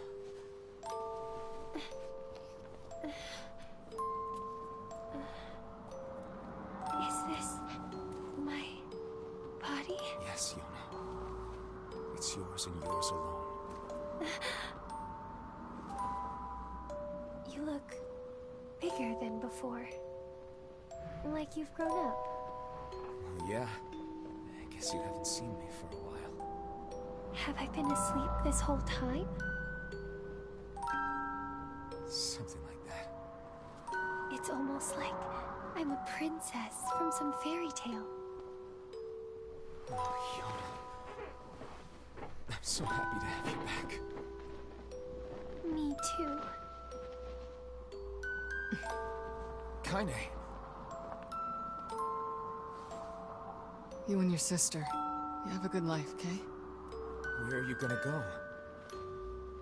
Guess I'll... You could stay with us, you know. Thanks, but I'll pass. Oh, Yona. You know how it is. I got my own shit to take care of. Anyway, take it easy, yeah? Kaine. Hey, look. It's beautiful.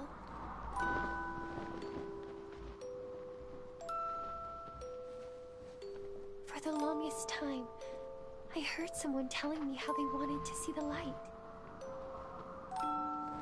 And now, they can finally see it.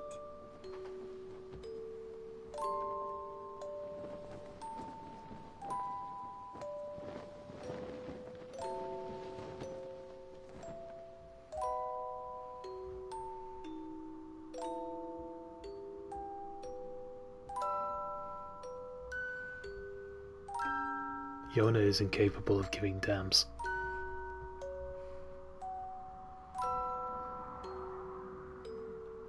She just stands there and makes squeaky noises.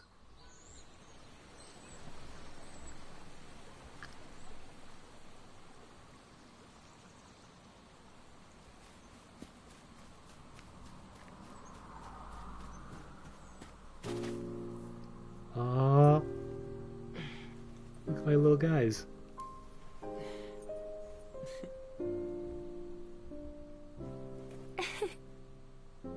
Thank you. I love it. Before I became a Jukoon.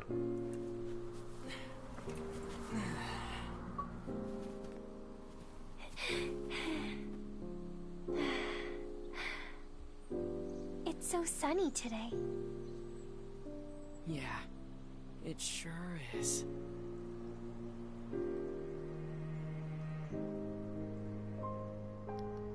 Did we go back to the past, or is that just is that like a flashback? Oh.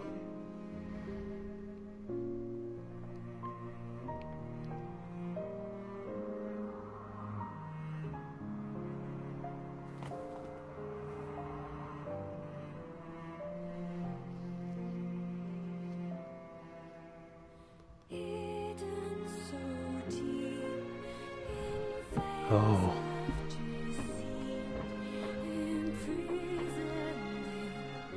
NieR Replicant. Version 1.22474487139 ...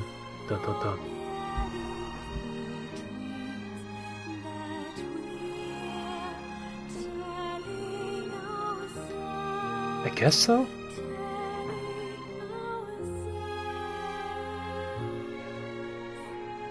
But like, what happens to them in the next game?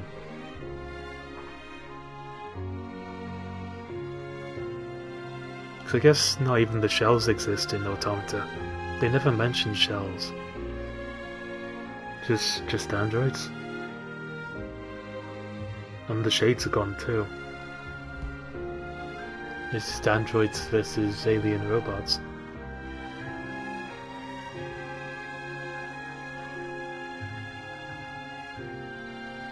Huh.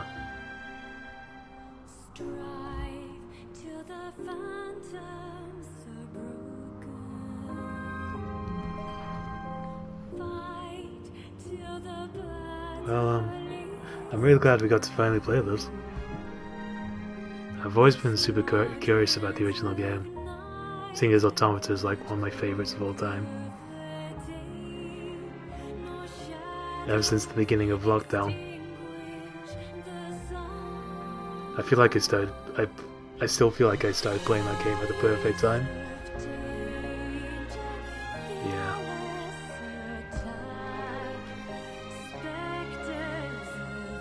I wonder if that's... I think I read somewhere that there were more endings, but it really wouldn't surprise me with this Yoko Taro creation.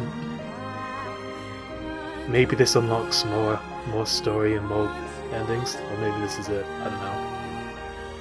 I guess it can only be one of those two things.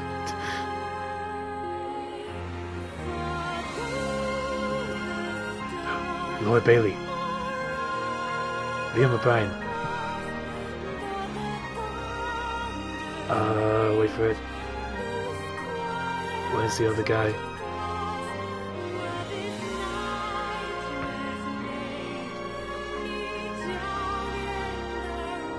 Oh yeah, I'm curious about that. Matt Mercer, there it is. Additional voices. It sounds like this. I wish I was like, I wish I was streaming on PC, so we could like watch. We could cheat and like look up the endings, or who do I love most? Question results. Cool if we could just do that, but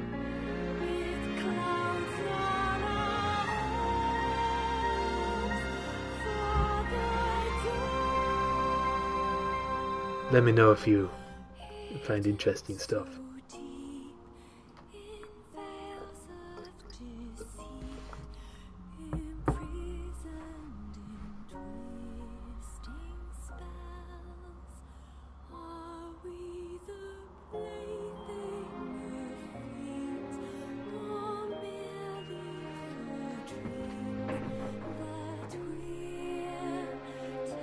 I've never seen an A to Z credits before. This is a first.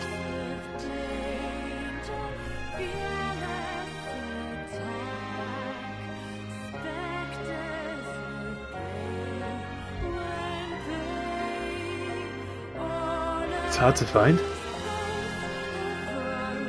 Is it like a secret that no one's questioned before?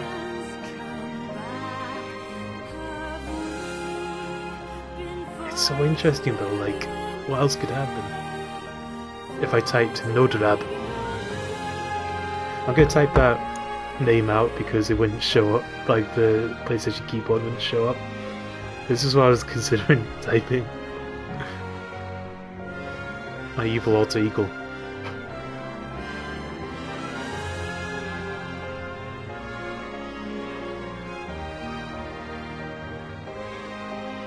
I think that would have got me the bad, wrong ending. For sure.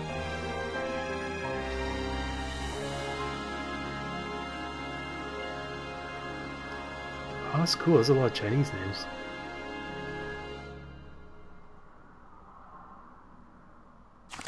Ooh.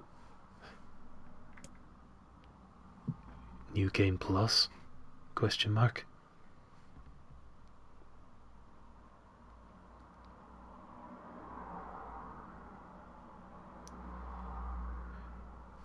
The MC is Replicant NieR and the final boss is Gestalt NieR. What? What?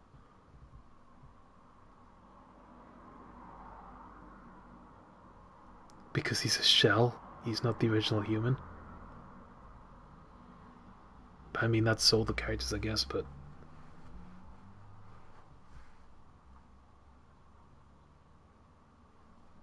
What is a NieR? Is that just his name, NieR?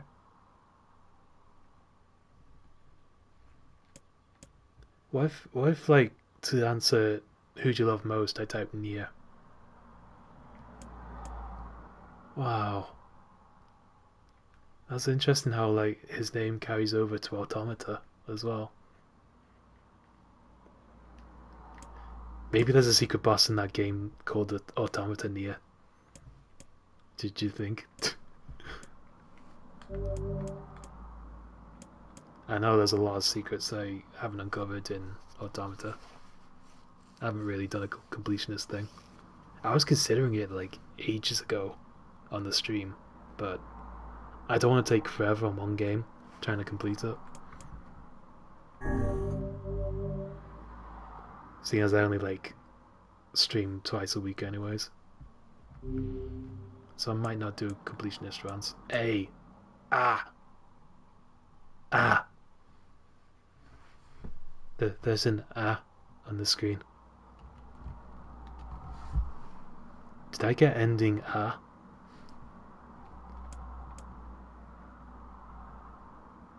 It's not over, is it?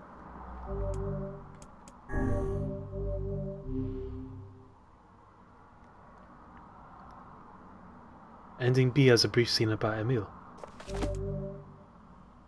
Oh. Oh. There's more game? I'm okay with that. And call it back. And ending B. Load your clear data after completing the game to experience Kaine's story. It's doing the Automata thing. Oh. Like when we played Nines that one time. Oh shit. Oh shit. We're doing it again, boys. Get to play as Kaine. That's pretty sick. You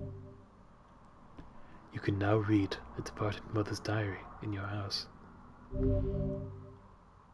Wardrobe has been added to the options menu.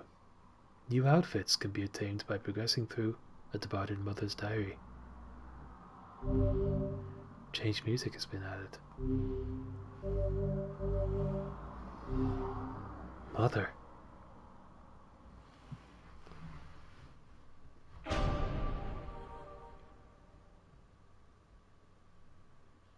So I guess we... Does that mean we get to play as Emil as well?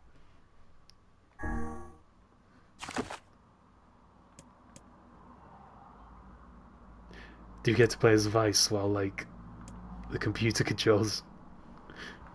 Pardon. I mean NieR.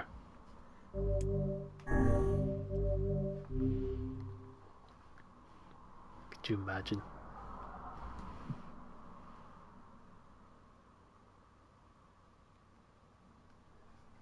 Could you freaking imagine?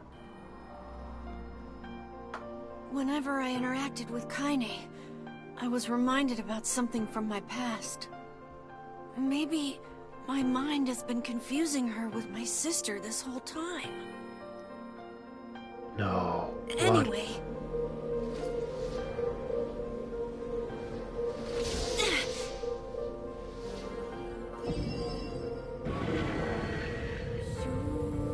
Emil's sister.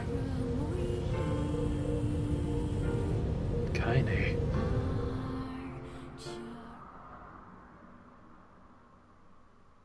Kaine's dreams. Discrimination.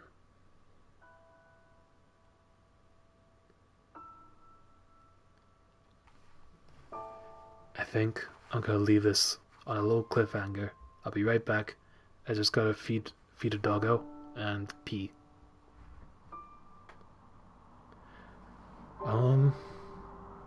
I'm actually not super sure what Devil and Poplar wanted. Gonna be real. But I'm gonna BRB screen.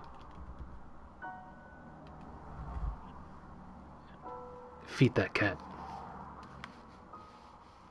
Maybe. I hope so.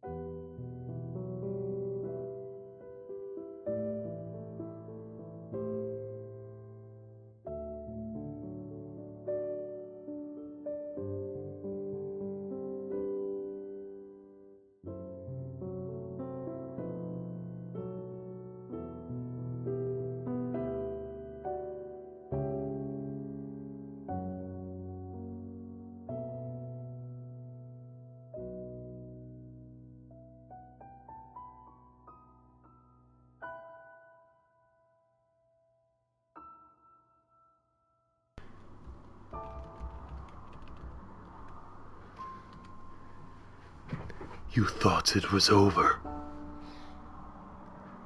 I'm making an assumption. I'm making an assumption. I thought it was over. But now we're near targeting this bitch. I'll just wait for Kit Paint to finish cat feeding. We must go together. Oh, a wild Kit Paint. Good to hear. Eat. Feed that cat. Squish that cat. Guys, squish that cat. Yeah, you've seen that video where the guy squishes the cat.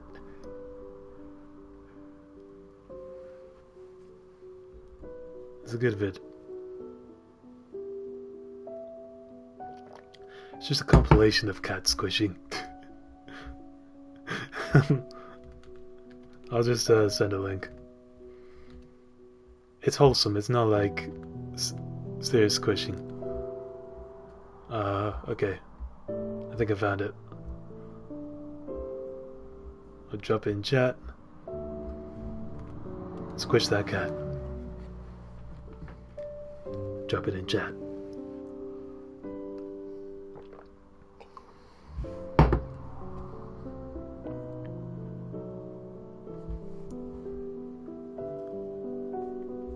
I have no idea where this is from. It seems to be a compilation of a tutorial on squishing your cat.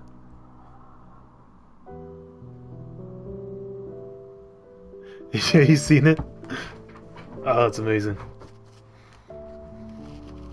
Very educational. I want to try picking up a cat like that someday. I've never tried these techniques.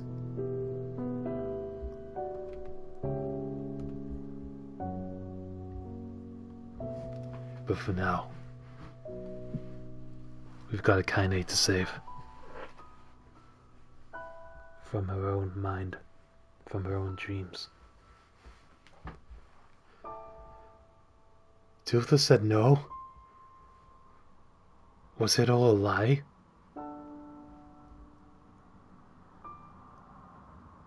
These were the chosen techniques.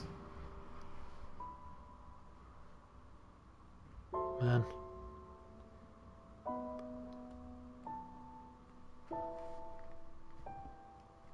If I ever get a cat, I hope they let me squish. Just a little squish. Just gotta squish that cat. Just a little. But for now, the sound of rain filled the village.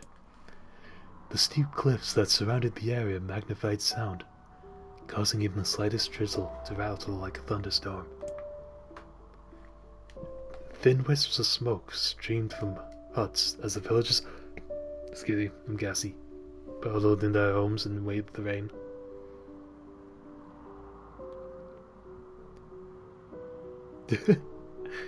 That's the ultimate technique. Cheat. Fuck suspicions. I got a treat. That's the way. A single child, however, had braved the downpour. What if part of the text was just me reading the chat? This is what's going on in Kaine's mind. Fuck yeah, I love treats. A single child, however, had braved the downpour and was now wandering slowly toward the wooden, hawk-shaped weather vane at the center of town. The wanderer reached the vane, which had existed for as long as any could remember, and stared. The child's face was simultaneously delicate and fierce, like a teacup that had survived a shipwreck. Those traits combined with pale white skin to give the face an almost sexless quality. If the beak turns east, I go home. If it stays west, then I... The child blinked.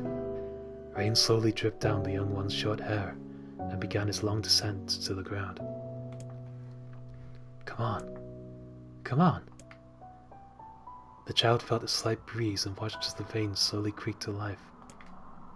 Spinning this way and that for a moment, it finally settled with the beak pointing firmly toward the east. East? Really? Before the vein could move again, a jagged rock came spinning and tumbling through the air, striking home against the child's head. The force of the blow dropped the child to the ground as a hail of stones began to fall all around. Oh no, they found me. A heartbreaking smile crept across the child's face as the stones continued their assault. Through the rain, the sound of multiple footsteps grew louder before a voice rang out. NieR, why? Why are you like this? Yoo-hoo! Kaine! The voice belonged to Demo, Demo, worst of all the bullies in the area. As Kaine struggled to stand, a final stone came skittering through the mud and bounced against her foot. Kaine used to get bullied. Blood oozed from a cut above her eye and blurred her vision, but she could make out the shapes of Demo and his usual gang of idiots. The boy seemed taken aback for a moment by Kaine's seeming indifference to the blood dripping from her face, but quickly regained his bravado. What's up, freak? You like the rain? You like getting all wet? Or did you finally decide to run away from home? Though she knew it was futile, Kaine turned to leave. Before she could get more than a few steps, the other children scrambled to surround her, cruelty burning in their eyes. Kaine knew those were not the only eyes on her. The tormentor's parents watched from the safety of their homes. She was attuned to the sensation. It was one she had experienced many times before. While some villagers simply turned a blind eye to the actions of their children, many encouraged it openly.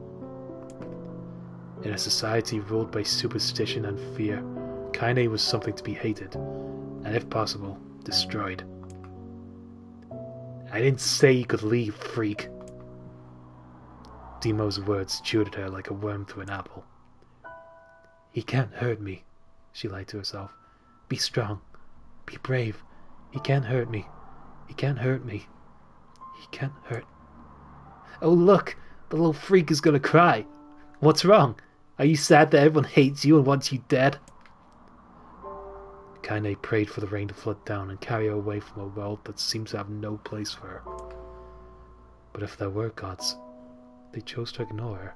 As Demo crept over ever closer, the clouds began to thin and the rain slowed. Even the weather hates me. I'm useless. A failure. I wish Demo's rock had taken my head off. Kaine couldn't meet Demo's leering gaze. She lowered her eyes and stared at the muddy ground below. The bully moved forward until he was inches away. She could smell the scent of old meat on his breath. The boy grabbed Kaine's face with thick fingers and yanked it upward. She tried to turn away, but he forced her gaze back and jammed his thumb against her eyelid. I don't like this.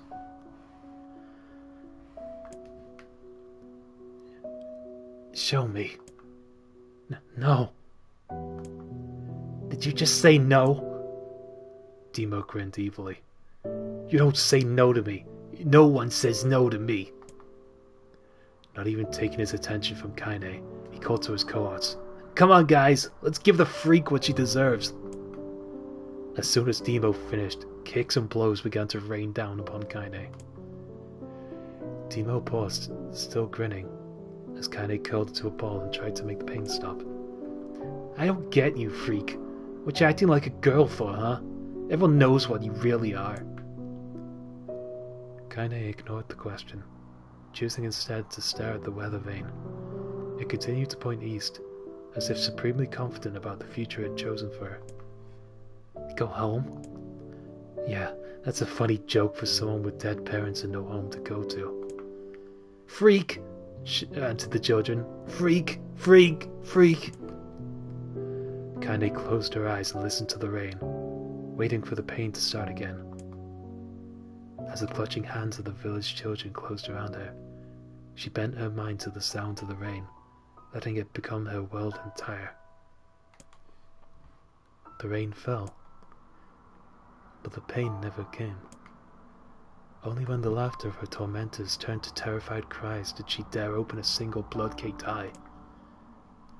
Kaine was shocked to see Demo sprawled on the ground, holding his head and screaming in pain.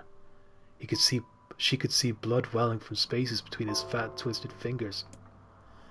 Oh my god, he's crying. He's actually crying. Deprived of their leader, the other children glanced back and forth between themselves, as if waiting for someone to step forward and take charge. When no savior emerged, they began an uneasy shuffle away from Kaine. But the young girl was the least of their concerns. Instead, their attention was wrapped on the ancient woman standing a few feet away. After struggling for breath for a moment, she finally spoke in a voice thick with rage. "Hurts like a bitch, don't it? Now I suggest you scatter before I throw another one. And if any of you little bastards ever touch my Kaine again, I'll do far worse than throw a rock. You can count on it." The old woman crouched down and gently touched the hand Demo was using to cover the wound. Before he could think to protest, she ground her palm into the wound and twisted back and forth. "Ow!" he screamed, leaping to his feet. "Stop it! What are you doing?" "Quit whining! Ain't no one ever died from a scratch." "You hit me with a rock, you stupid bitch! A big one! That thing could have killed me!" The old woman shrugged. "Death is the best cure for stupid." Demo's face twisted with rage at her words. Locking his eyes on Kaine, he took a step backward and spat on the ground. "Get out! Leave this village! No one wants you here! Either of you!" Seeing the old woman grab another stone, Demo and his companions turned tail and ran. As they fled, the old woman grabbed her side and barked out a single laugh. "Ha! Look at the fat boy go! Guess he's healthy enough to run from a fight." The woman's smile faded as she turned attention to Kaine. Kneeling down, she removed her shawl and placed it around the young girl's shoulders, then produced a cloth from the folds of her dress and began blotting out the blood on her forehead. "Oh, Kaine," she said, "why didn't you fight back? You're stronger than that lot." The words of her grandmother stung Kaine, and she turned away. "Don't be nice to me," she said. "I don't deserve it. Nothing matters anymore." Her tears, held in check for so long, finally began to fall on the muddy ground below. "Everyone hates me. They think I cause bad things to happen. They think I'm a freak. I wish I was dead." As Kaine's tears turned to sobs, she felt her grandmother's hands on her shoulders. Despite her advanced age and diminutive size, she was a woman of surprising strength, and Kaine found herself unable to turn away. "Don't talk like that, girl. It's a river wide and deep that flows between the realms of this world and the next, and it grants no mercy to any that attempt to cross it. You got a duty to fight until your last breath. Understand?" The old woman tightened her grip and tried to still the tremor in her voice. "You know the pain of losing someone close to you, Kaine. You know because you survived it." As the words hit home, Kaine was struck by the force of her love for the old woman. As a young child, she didn't even know of her grandmother, but when her parents died, the woman quickly accepted her as her own. Grandma, as Kaine called her, was cunning, vulgar, and quick to violence, and their first few years together had not been easy. But with each year that passed, Kaine and her grandmother have grown closer. However, it was only now, sitting in the mud with tears and blood caking her face, that Kaine truly understood the depths of her affection. Here was a woman who had seen hard times, who had seen death, who had fought through all these things and somehow emerged on the other side. If anyone could understand Kaine's pain and loneliness, it was her. Do I make you sick, Grandma? Of course not. Don't be an ass. Kaine drew her grandmother's moth-eaten shawl around her body and shuddered. But my body... it's not normal. If I was normal, then Mom and Dad wouldn't... Hush, interrupted Grandma. I'll not hear another word of this nonsense. You're my granddaughter, and I love you. And if folks have a problem with that, they can just go to hell. With that, the old woman reached out and placed a wreath of dried flowers in Kaine's hair.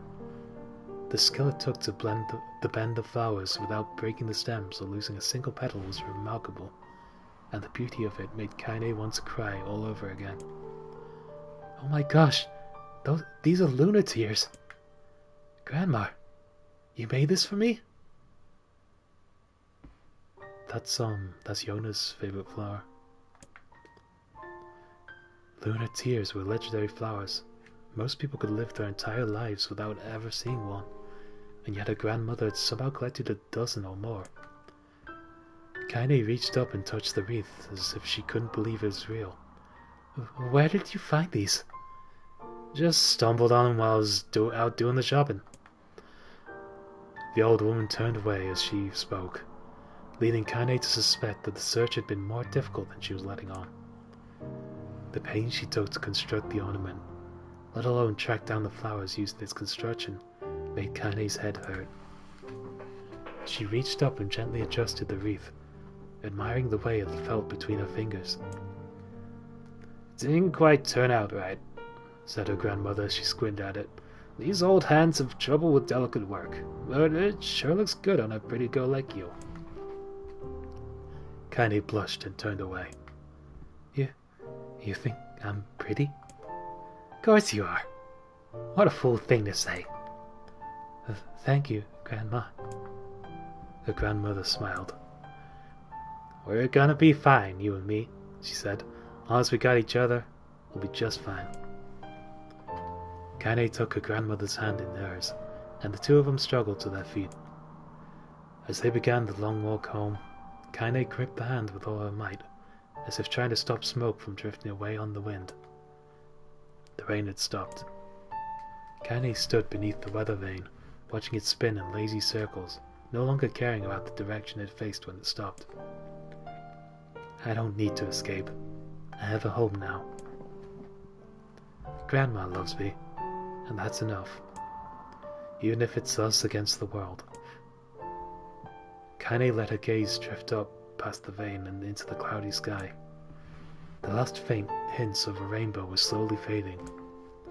As she turned and headed for home, the light scattered into a million particles and vanished, seemingly taken away on the breeze. Kaine's dreams. Daily life.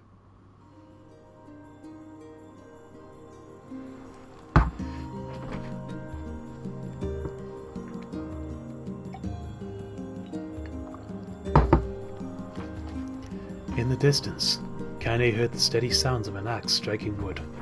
The noise had a purposeful quality to it, as if she was hearing a master woodsman go about his work. The firewood being produced, however, was as far from a work of art as could be. Pieces of every shape and size were being flung about a barren yard with wild abandon. Anyone trying to stack such wood would probably die of frustration before the job was through. Stupid piece of shit axe! Kaine's grandmother flared away with the axe, filling the air with both splinters of wood and words that would make the most hardened sailor blush. Grandma! Called Kaine. That you, Kaine? Yelled the old woman, taking her eyes off the wood for a moment. Don't get too close, or I might take your goddamn foot off by mistake. She brought the axe down on a piece of wood, sending chips flying in every direction. One spun past Kaine close enough for her to hear the whistle, at which point she decided to step back. Once she'd scuttled to safe distance, she cupped her hands around her mouth and shouted, Grandma! Do you need help? I could get you water or lunch or a new axe or something. The axe, poised to strike another wobbly blow, paused in midair. The old woman considered her granddaughter's offer for a moment, then smiled. Tell you what, since I'm doing such a piss poor job of chopping, why don't you come here and take over so I can go get the water? Shades have been restless lately, and I don't want you running into one of them bastards. Relinquishing the axe, her grandmother picked up a long pole with wooden buckets on either end. Gathering water was by far the more difficult of the two jobs, but Kaine knew better than to complain. Once Grandma's mind was set, there was no changing it. Kaine did her best to help with chores, but Grandma took every task that required travel to the village. Though she had a long list of plausible excuses, Kaine knew the real reason. She didn't want her granddaughter to be taunted and harassed by the villagers. Once Kaine moved in, Grandma decided to take up residence a good distance from the area. Out of sight, out of mind seemed to be the best policy when it came to the villagers and her granddaughter, and rare were the days when any but the two of them could be found on the rocky acre of land they called home. Kaine enjoyed the solitude, but harbored a secret resentment that her grandmother was forced to spend her golden years in such a place. After watching her grandmother leave, Kaine turned her attention to the task at hand. She had never chopped wood before in her life, and soon discovered why the old woman hated the shore. Swing after swing of the axe produced only a tiny crack in the wood, and when she finally managed to connect with a solid stroke, the tool embedded itself in the log and refused to budge. Frustrated, Kaine swung the axe around her head and threw it, log and all, across the yard. Damn it, crap.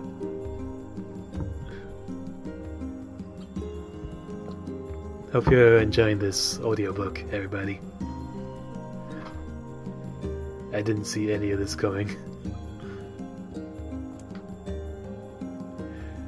She suddenly understood the joy her grandmother felt in a good curse. It's really interesting though, we're learning so much. Happier now, she picked up the axe, forced it from the wood, and resumed chopping. She had a natural skill with the blade, but the task was challenging, and blisters soon began to form on her small pink hands. This is tough, and my logs are all weird sizes.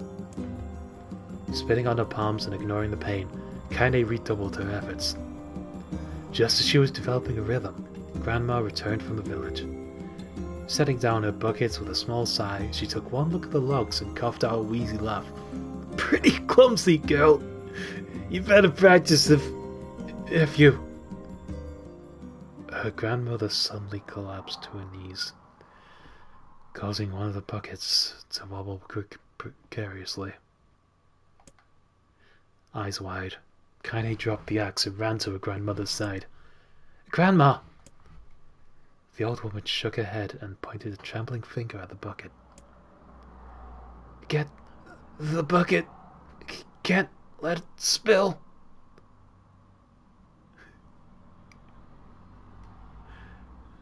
You know, I did not see this coming at all.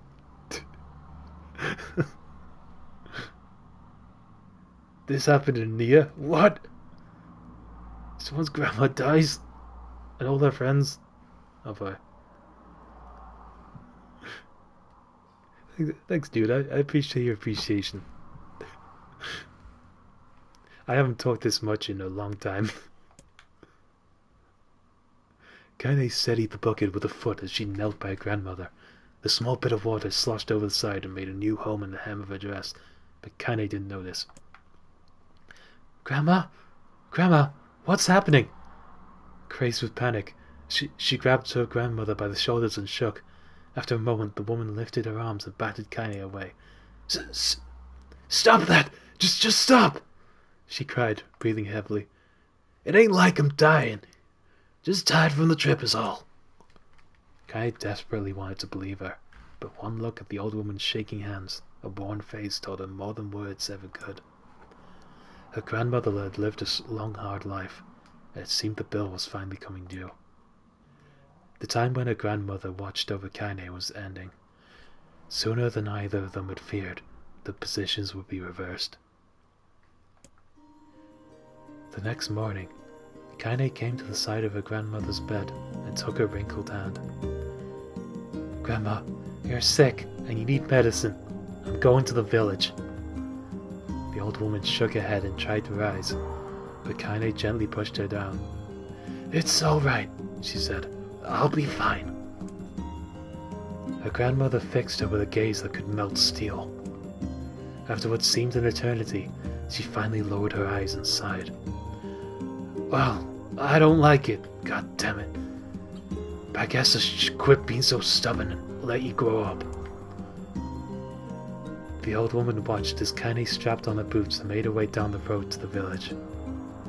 Hours later, as an unseen sun made its way across a dark and rainy sky, she was still watching. Kaine moved at a brisk pace, checking her pockets every few minutes to make sure the money her grandmother gave her was still there. Every noise caused her to spin on her heels, making sure she wasn't being stalked by a shade, or worse, Demo and his gang. But she encountered neither tormentors nor shades, and Kaine finally found herself at the entrance to the village. The few adults she could see glanced sideways at her, then muttered to each other behind raised hands before slinking away into the shadows. Her heart racing, Kaine took a series of rapid, shallow breaths and tried to calm herself. I have to prove myself. I have to help Grandma. I have to be strong. She chanted those words to herself over and over as she slowly made her way. Finally, her eyes settled on a rotund older woman who was angrily waving her arms in the air and telling anyone who would listen exactly what she thought of Kaine's presence. Hey, lady, said Kaine with a bravado she did not feel. Where's the apothecary? The woman's flabby cheeks shook in bewildered anger. How dare this thing speak to me? They seemed to say. But Kaine saw that her eyes held a different emotion. Fear. Yeah, we're both scared, lady. Trust me on this one. Which way? Kaine repeated. The woman pointed at a small building to her right before hitching up her dress and stumbling off in the other direction.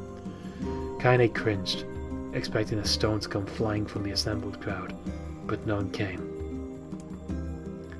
Her mind was filled with a strange sense of pride as she made her way to the apothecary, but the new emotion had little time to take root, for as soon as she opened the door, she noticed a familiar customer at the counter.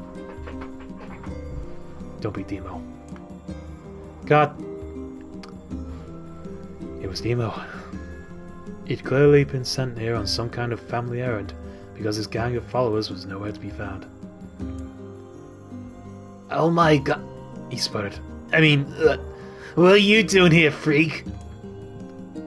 The insult was delivered without force, and Kaine happily ignored it. Stretching on tiptoes to see over the counter, she asked the shopkeeper for the medication. Ha! barked Demo. That old bitch finally keel over.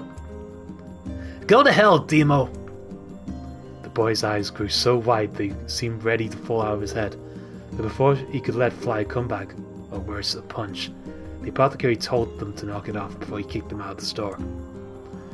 Demo slunk out of the shop, cursing Kaine under his breath. Once he was gone, she allowed herself to breathe once more, taking a brief tour of the shop while the owner prepared her medication. Countless tiny bottles filled the crammed store, each with a label written in some indecipherable language. An ocean of aromas assaulted her nose, creating a scent that was exotic, but not altogether unpleasant. Seeing such a variety of supplies gave Kaine a sense of peace. Surely, in a world so vast, there would be a place that she could call home. On the far wall, behind the counter, rested a portrait of a stunning young girl. The picture had once contained bright, vibrant colors, but time had worked its cruel magic, and they were beginning to fade. The beauty of the work, however, remained undiminished. You like that picture? Kaine turned to find the apothecary with a small vial of medicine in his hand.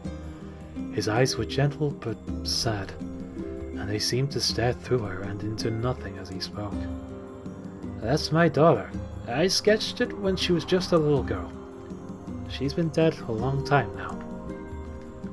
Kaine didn't know how to respond. She just stared at the portrait and tried to come up with the right words. Pictures are wonderful things, continued the shopkeeper. They let the ones closest to you live on forever. He shook his head slightly, then looked down at Kaine and smiled. Handing out the medicine, he reached into a sizable green apron and produced a handful of old wax crayons. You should have these. There's no one left that I wish to draw. Kane took an instinctive step back, causing the shopkeeper's face to darken. Yes, I've heard the rumors about you, he said. It's a small village, and word travels quickly. Between you and me, I'm not sure which of them to believe, but I also don't think they matter much. I know your grandmother, Callie, and I think the way she was driven out of this town is just deplorable. Grandma's name is Callie? Thought Kaine suddenly. She was still mulling this new fact over in her mind as she reached out and gently took the crayons from the apothecary's hands. Your grandmother is an old friend of mine, he said as Kaine scooted away yet again, and I owe her much. I wager she would like it if you drew a picture of her. Yes, I think she would like that very much. Kaine murmured a quiet agreement, but inside her heart was bursting. Never before had a villager treated her with anything but complete contempt. Kaine murmured a quiet agreement, but inside her heart was bursting. Never before had a treated villager treated her with anything but complete contempt. It was a tiny, almost imperceptible step, but it was a step nonetheless, and with enough tiny steps, she might one day discover the rest of the world. I thought your name was Dan! Fuck! Who are you? When Kaine returned home, she found her grandmother asleep in her bed. Her feet were blackened and raw, even bleeding a bit in places, leading Kaine to think that she had been pacing around the room until exhaustion finally caught up with her. She placed the medicine by her grandmother's pillow and turned to leave, but found the old woman's hand clasped around her arm. Back already, are you? Asked her grandmother with a yawn. Come here, let me have a look at you. Grandma sat up and examined Kaine from head to toe. Finally satisfied that nothing terrible had befallen her grandchild, she leaned back and allowed herself to relax. Well, how was it? Those bastards give you any trouble? It was kind of fun, said Kaine with a small smile. No, seriously, it was. Fun, eh? Asked her grandmother in a voice which implied she believed anything, but... So anytime you need me to run an errand... So anytime you need me to run an errand, just let me know. As she spoke, Kaine removed the crayons from her pocket. After a brief explanation of their source, she informed her grandmother that she was going to sketch a portrait. A portrait of me? Ridiculous. No one wants to stare at a wrinkled old crone. But Grandma, it'll make you live forever. Oh, shit, said her grandmother, throwing back the sheet from her bed. Living forever would just piss me off. Now put those crowns away and help with dinner. Toothless, are you okay, dude? Are you good? How's it going? How's it taste? Are you good?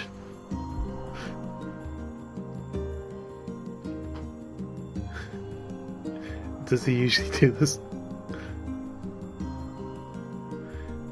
But Kaine would not relent. That's funny. I wish I could see him right now. But Kaine would not relent, and in the end, Grandma found herself leaning against the wall of their house as if posing for a master artist.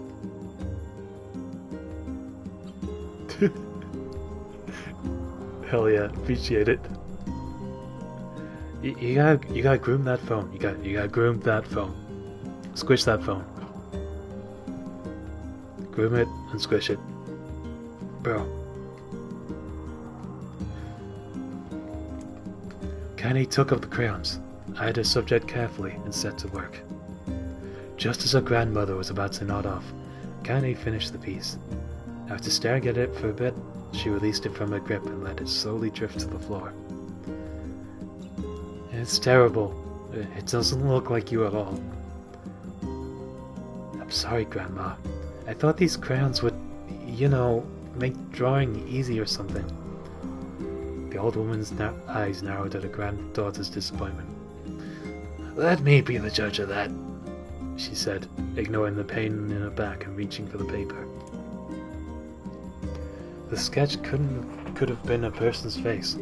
It also could have been a boulder, a lump of clay, or an incredibly misshapen loaf of bread, all rendered into a chaotic array of colours. The old woman stared at the picture for a long time, then slowly wheezed out a laugh. Oh, Kaide, she said between laughter. You truly are my blood. You're as clumsy as me, and I love it. But, hush, I won't hear any more bull about how ugly you think it is. It came from the heart, and I'll treasure it always. True to her word, the old woman gave the picture a place of honor above the kitchen table. In the days that followed, Kaine would often catch her staring at the portrait with a strange smile on her, with a strange style on her face, an action she interpreted as silent, mocking laughter.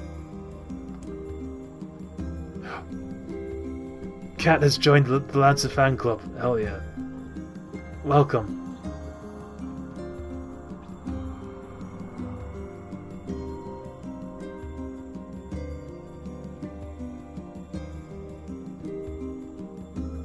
I love this. Oh, it's looping. I can watch this forever. Such beauty. Such gloom. Such grace. Thank you for this gift. I'm just gonna watch this for the rest of the stream like a GIF.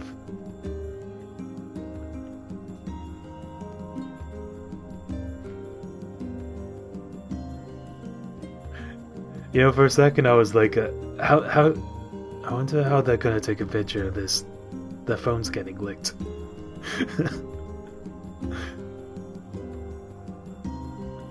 But I see what you mean. It's beautiful.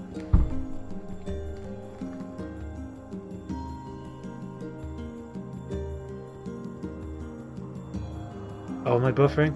Is stream over? No! Buffer? Let me check my... Internet's working. I'm still with you? I see the buffer. I see the buffer. Buffer. Okay, should I keep going? Oh, it's back. Okay, cool.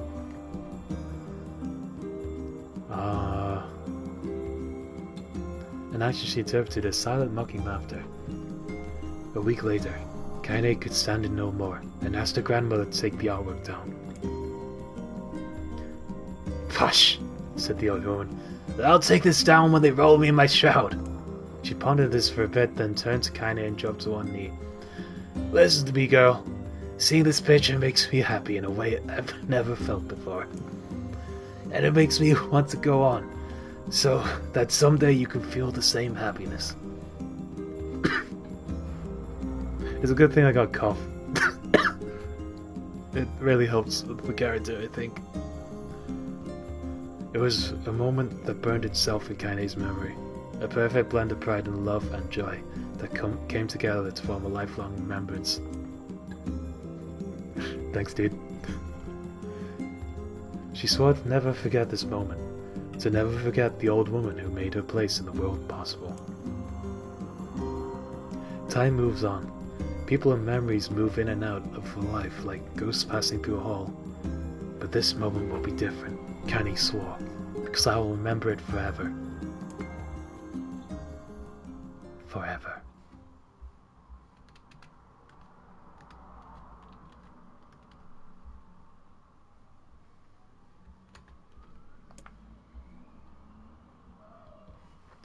Kaine's dreams. Separation. Kaine listened to the sound of crackling firewood and stared at the black object on her plate. She'd been pushing it around the wooden disc for a good 10 minutes, ignoring the bemused stare of her grandmother. Finally, she summoned her courage and gave the object a brief sniff, A sharp, bitter scent flew up her nostrils and made its home there, causing her face to twist with disgust.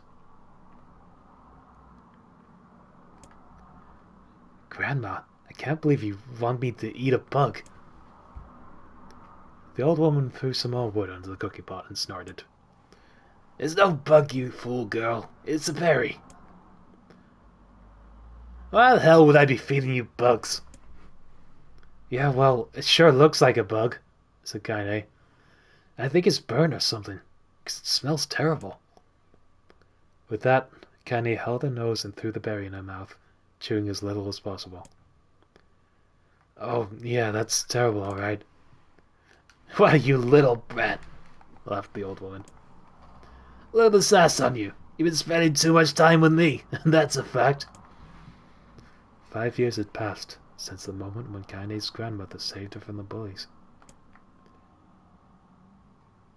As is often the way with two stubborn people, the relationship had grown in fits and starts, but moved forward all the same. Meals that used to be somber affairs were now filled with laughter and hurled abuse in equal measure. Kaine could not remember a time when she had been happier. As the years went by, Kaine started to shoulder more and more of the daily responsibilities. Her grandmother's legs grew weaker by the day, and she could no longer do many of the chores she used to take for granted. And so this morning found Kaine lacing up her work boots with a breakfast of burned berry rolling through her belly. Where are you going today? Asked Grandma suddenly. Kaine looked up, surprised. The old woman rarely asked for specifics anymore. Well, I was gonna check out the Kelma trees and see if they were ripe. I thought we could make some jam or something. Oh, I'm gonna pick up some flagstones, so I need to take the wheelbarrow. Flagstones? What in the hell for? Kaine stared at her grandmother, then held out an arm and swept her around their home. Constructed mostly of cloth, rope, and rubble, the old place sagged like a boxer in the final round. Grandma, a dying cat could chew through this house. I'm going to build a stone wall so we have some protection. I'm going to squish that cat. The old woman laughed, exposing a toothless grin to the world. God damn, girl. If a bunch of thieves wanted to ransack this old place, let them come. We got nothing worth stealing anyway. I'm not worried about thieves. I'm worried about shades. People saw one west of the village yesterday. The old woman tilted her head and stared at her granddaughter. Well, shoot. I don't know why you have to do it today. We can worry about it some other. Grandma, no. If I don't go to the Kelma trees, we won't eat tonight. You know that. A confused expression passed across the old woman's face, and for a moment she was a small child lost at a carnival. Yes, she said after a bit. Yes, of course you're right. I'm sorry, Kaine. Lately it seems my mind is... She didn't finish the thought, instead walking over to her nightstand and gently taking the wreath of lunar tears from the drawer. The flower's petals had aged to brilliant whiteness, and Kaine thought it was more beautiful now than the day she first received it. You're gonna be a true woman soon, Grandma said as she placed the flowers in the girl's hair. So that means less chatter about shades and building defensive walls, and more talk about how beautiful you've become. Annoyed, Kaine reached up to remove the garland, but the look on her grandmother's face stopped her hand. You're a beautiful thing, said the old woman, and there ain't another like you in all the world. I'm very proud of you. Okay, Grandma, that's enough goddamn compliments for one day. Such a mouth on you. Where did that come from? Gee, I wonder. I'll teach you to sass me, girl, yelled Grandma. Suddenly she lurched forward and grabbed Kaine by the ears, pulling her around the room with a crazed grin on her face. Grandma!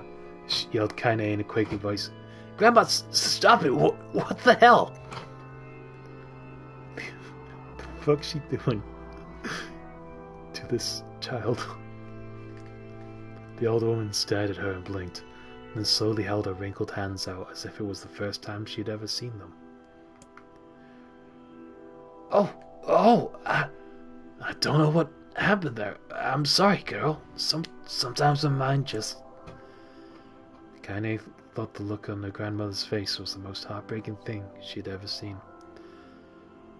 Listen, she began. Maybe I should stay home after all. No, I won't have you stay here to keep an eye on old codger like me. You'll get your fruit and your wall and whatnot. I'll be fine. And when you come back, I'll have a nice grasshopper dinner waiting for you. Kaine rolled her eyes and kissed her grandmother on the forehead and made ready to depart, trying desperately to ignore the worry that was gnawing at the walls of her heart. Kaine could feel the old woman's eyes watching her as she moved down the path. Don't turn around, don't turn around, she told herself, but in the end the temptation was too great. She spun on her heel for one final look and saw a small, bent woman standing in front of her ramshackle hut with a sad expression on her face. Gods, she looks so old now. It's like the wind could reach down and just carry her away. Kaine worried about her grandmother all day, causing her work to suffer. What little fruit she could collect was tossed carelessly into the wheelbarrow, and she only found a couple of stones before losing interest in the project. Finally, as dusk approached, she decided to call it a day. Cursing herself for the lack of focus, Kaine pushed the nearly empty wheelbarrow back down the path. As she crested the final hill, she suddenly froze in place. The wheelbarrow fell from her fingers and collapsed on its side, sending a few pieces of wrinkled brown fruit rolling back down the hill. Her gaze was transfixed by a thick black cloud that hovered just ahead. Tracing its path with a finger, Kaine suddenly felt her stomach knot in on itself.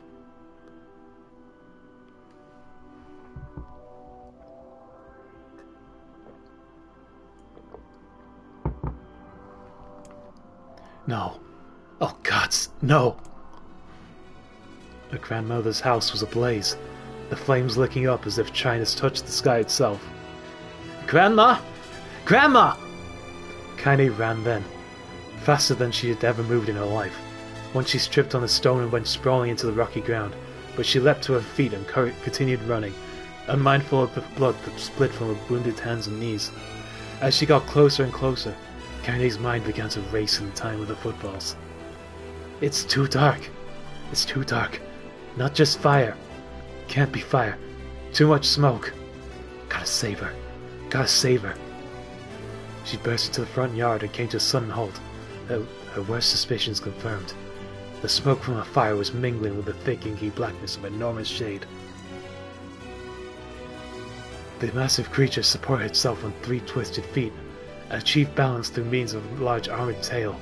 Scales, horns, and claws sprouted from its body in a random chaotic pattern, giving it the appearance of a lizard designed by some insane god.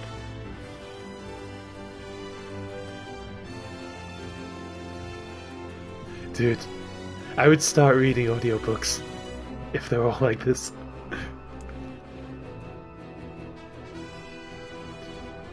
Seeing Kaine, it let out a roar and flicked its tail, sending small whirlwinds spinning around the yard.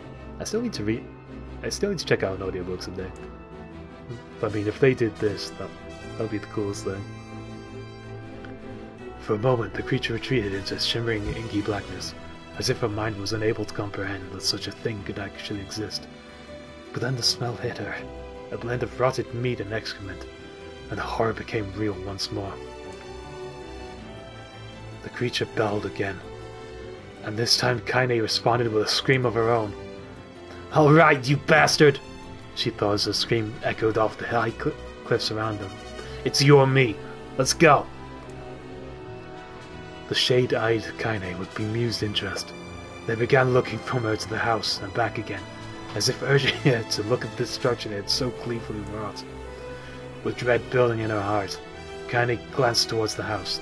Through the smoke and flames, she spotted a small figure struggling to escape the ruins. "Grandma!" At the sound of her voice, the old woman began waving frantically. "She's alive!" thought Kaine. "Alive!"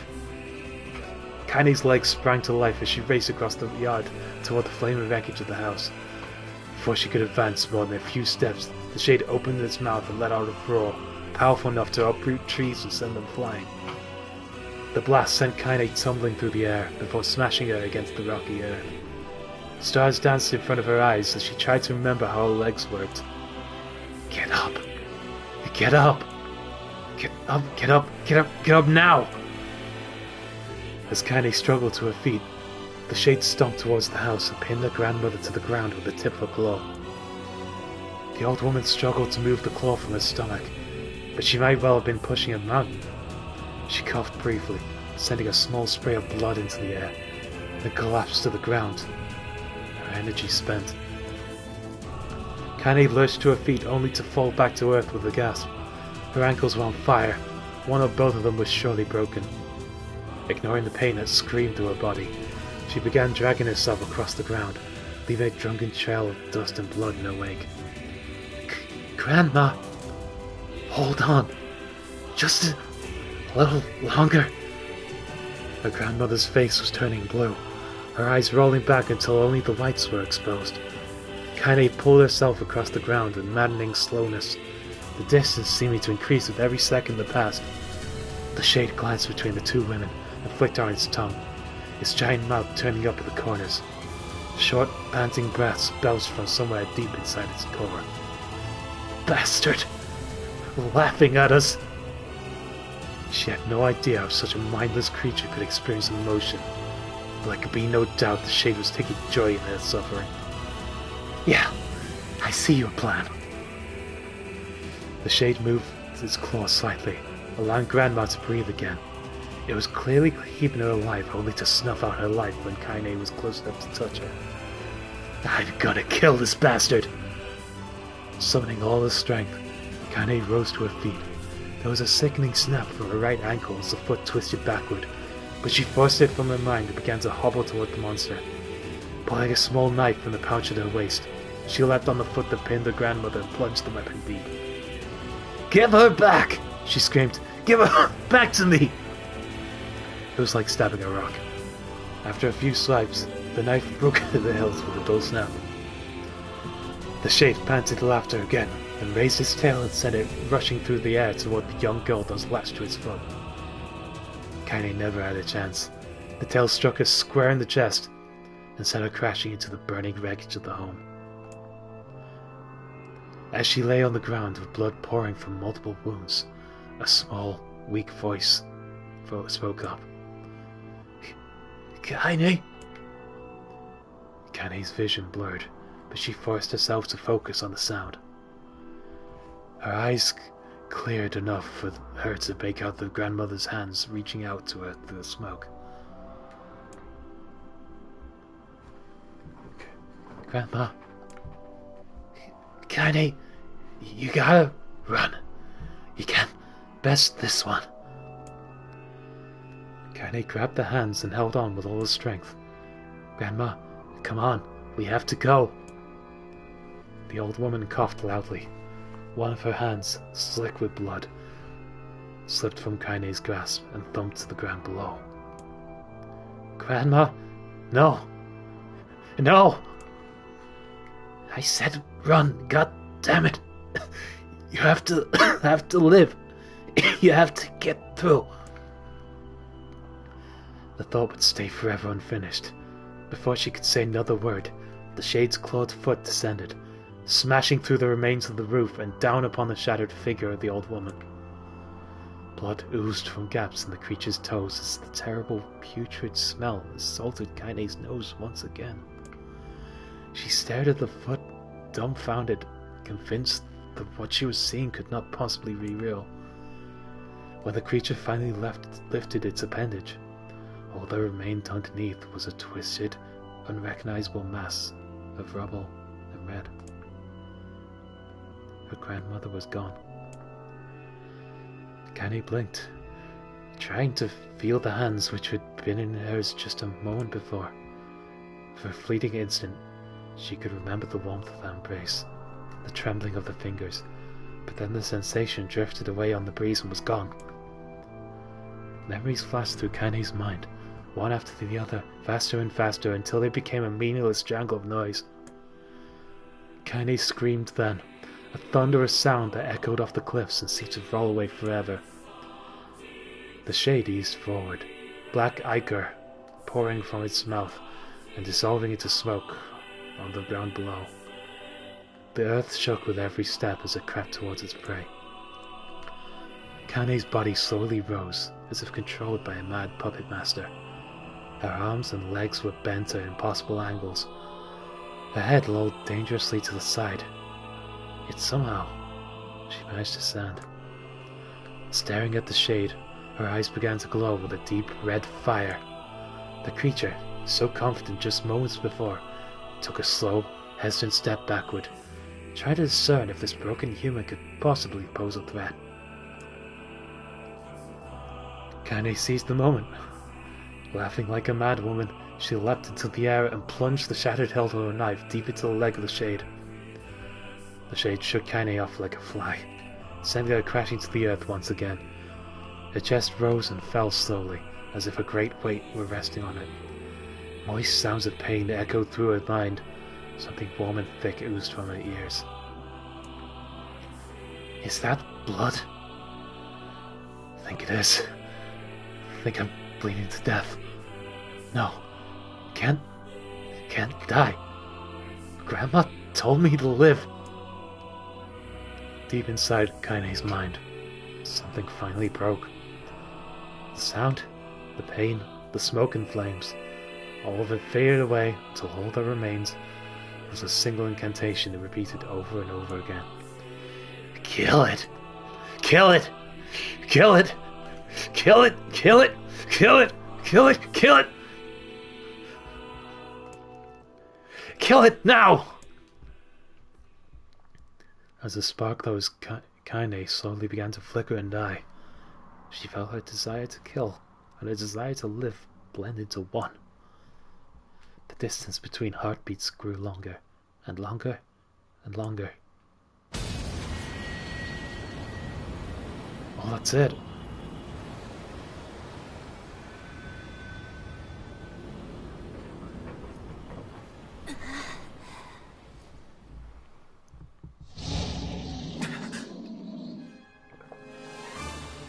The beast approaches. Oh, I know.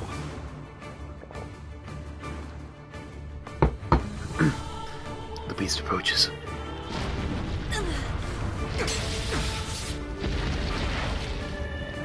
Are we gonna Kaine this beast?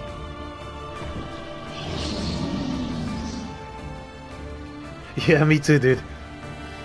Oh, we're Barden again. Okay. Oh, I have all my stuff. Okay. Cool. Let's finish this! How did it even survive these past 5 years? I'm not gonna let this happen again. It dies today. My sword feels lighter. It's not the blade. I'm taking no damage. Strike it down. I'm so powerful.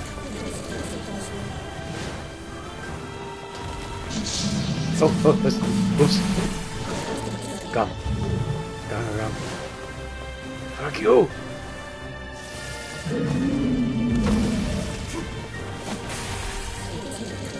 Ketsuga! Sensho!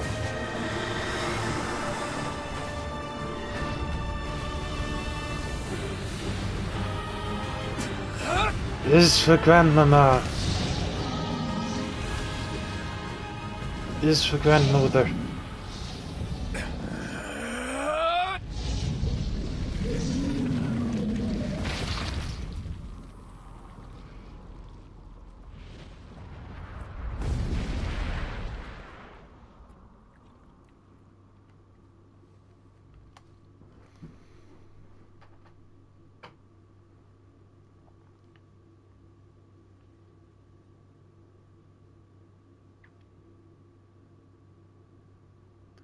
Kaine's dreams encounter.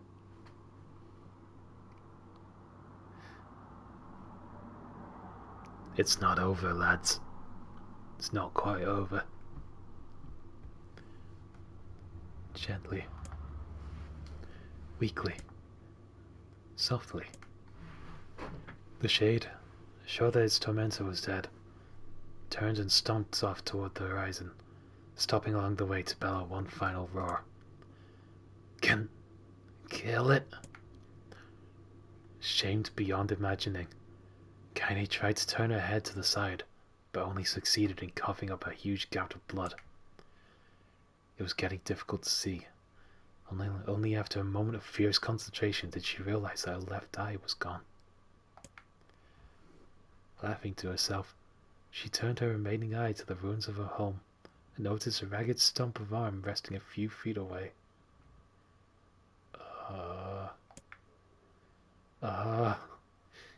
Yeah, that's mine, she thought with a mad giggle. It's gonna make clapping a real bitch. Ha! Cried a sudden voice from the depths of her mind. You're finally gonna die, are you? Well, you had it coming. Go to hell, Nemo, she thought the unseen assailant. Go to hell before I pluck out your eyes and feed them to a dog. ...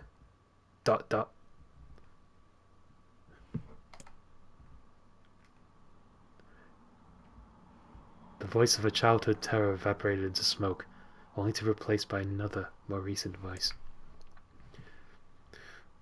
Hold still, said the apothecary, materializing from the ruins like a ghost. I want to draw you. That way you can live forever.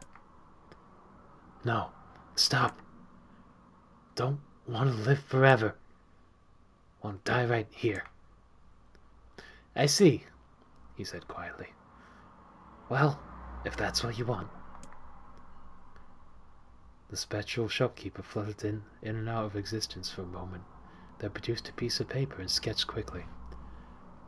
After a few seconds, he turned the page to Kaine and smiled. It was a detailed drawing of her stump arm. Since you rejected my offer, I decided to draw something else. In graphic detail. Oh, said my grandmother. Real as life. Kaine opened her mouth to thank the man, but stopped as the picture began to blacken in the middle. Before she could say anything, dozens of multi-legged insects began to swarm across the image, tearing at it with sharpened pincers. Stop! No! Don't hurt that picture! Kaine reached out with her remaining arm and waved futilely at the air. To her surprise, the insects fell off the picture into the ground below, where they vanished into the tiny black tendrils of smoke. Relieved, Kaine turned her good eye back to the picture, only to open her mouth in a silent scream. The sketch now showed her grandmother as she truly was, a smashed, unrecognizable lump of nothing.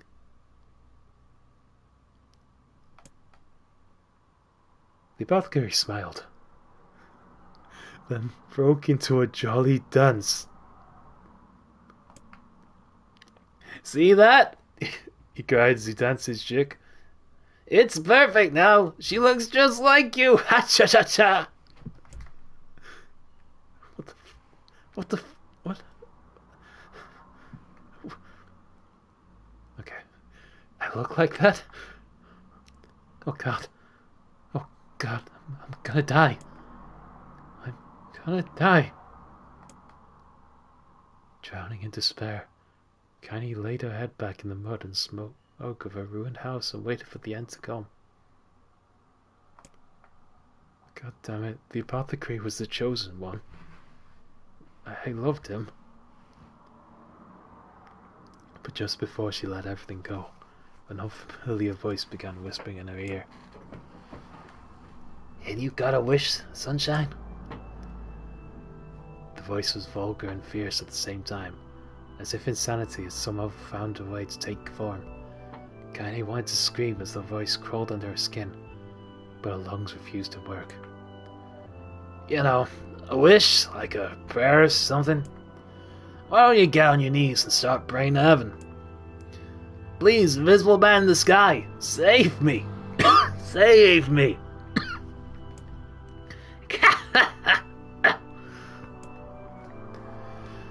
Kaine finally resorted to shouting in the voice with her mind.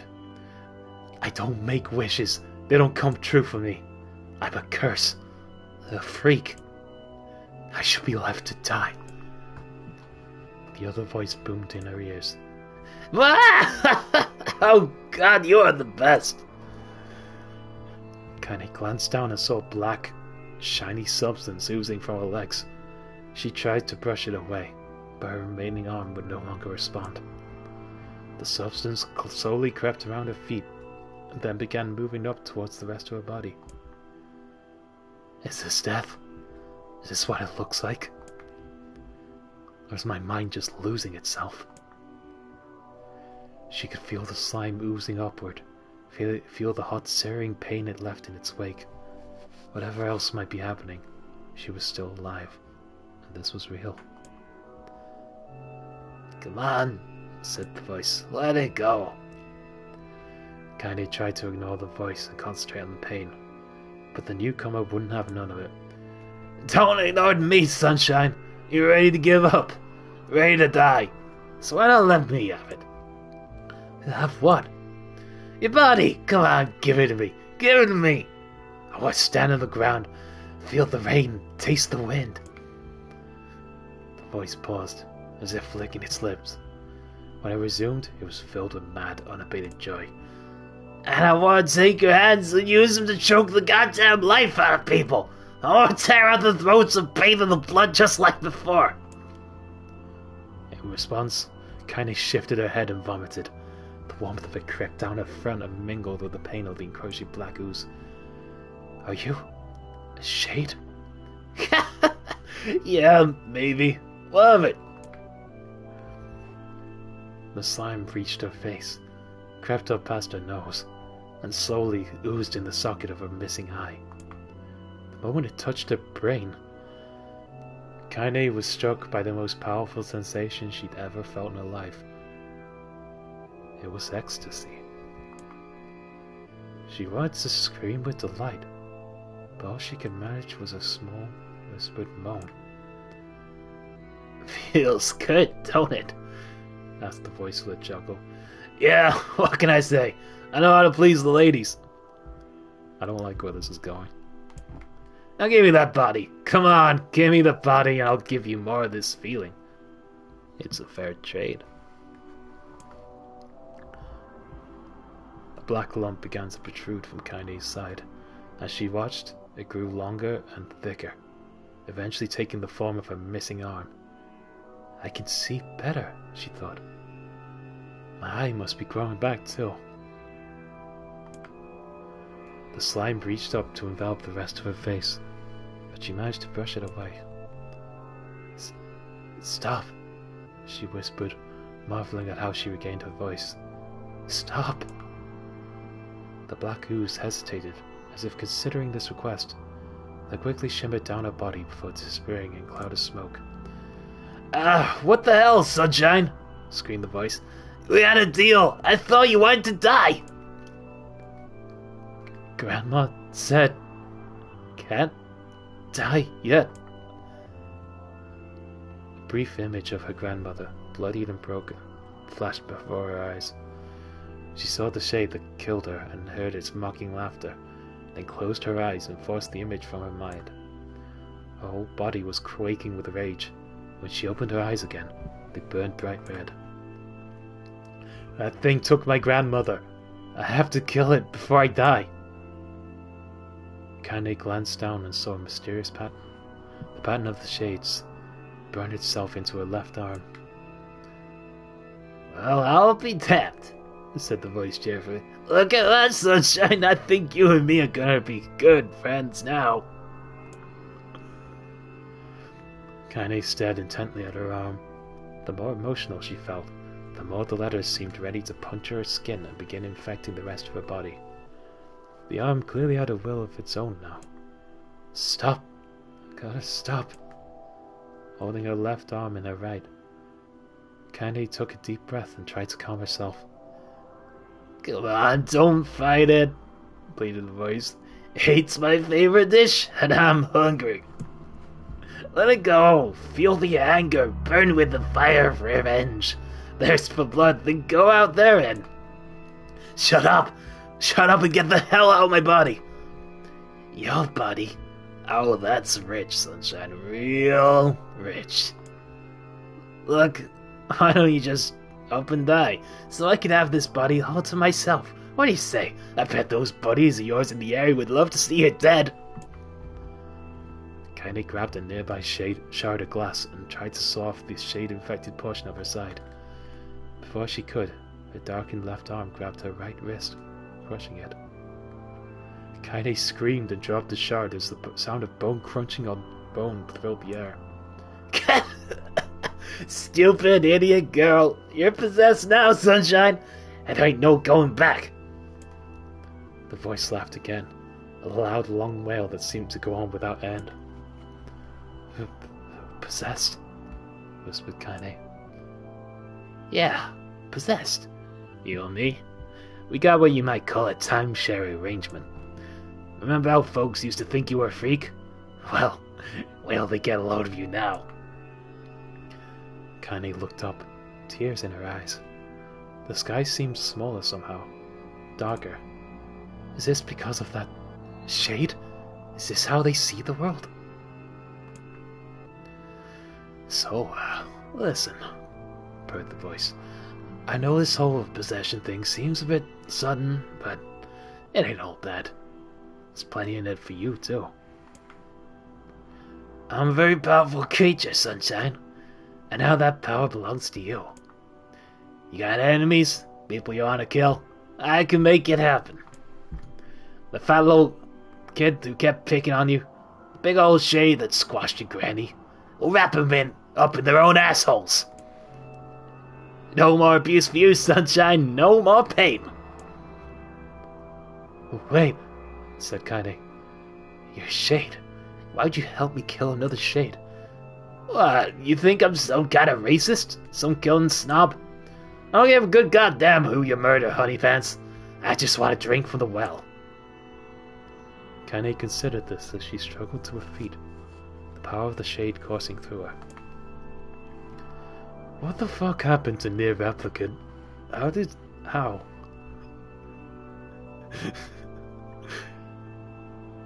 The smoke from her house was drifting away with the wind, and she enjoyed the way the cool evening breeze felt on her new left arm. After a long pause, the voice spoke up again. So, how about it? You and me? We could have some good times together. Look, I'll even take care of that bloody part if you don't want. Fuck off, asshole, muttered Kaine. I'll handle the killing. Look at you go! Oh, Sunshine, we're gonna have so much fun. So listen, my name's Tyran. If you ever need me, I'll just be hanging out in this piece of meat you call a heart. Now get to it. The more you kill, the more your heart turns rotten and sour. And I like rotten and sour. Kaine found herself nodding at the voice. Yeah, she said. Yeah, I think this can work. I'm gonna find that shade. I'm gonna strangle it with its own guts. When I'm done, I'm gonna do the same to you, Tyran. Count on it. Ah! Laughed Tyran. I'm shit bigger than you, so good luck with that. Oh, and hey, one more thing, right now. You and me, are sharing this body. If you ever run out of hate, if you ever, go soft, then I'm gonna take over everything. So keep on killing, Sunshine. And watch your back. The voice grew fainter and gradually faded away, fading to somewhere deep inside Kaine herself. Kaine waited until she was sure the voice was gone, then waved her new left arm around a few times. It feels perfectly normal, she thought. It feels like mine. Desperately, she began poking and prodding at the new limb, determined to find something wrong with it. She didn't want it to feel normal. That would mean the creature inside her had already run. I'm not a shade. I am Kaine. Repeating this mantra in her mind, she slowly began digging through the rubble of her house, being careful to ignore a certain red-stained spot in the corner. Finally, after what seemed like an eternity of heartbreaking work, she found what she was looking for. it was the wreath of lunar tears. Though it had been through hell and back, the garland's petals were as bright as ever.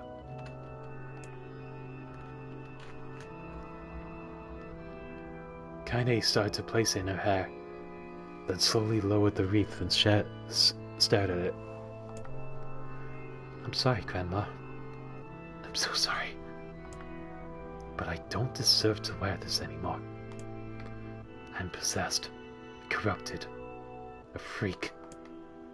At this time, I don't think there's any going back.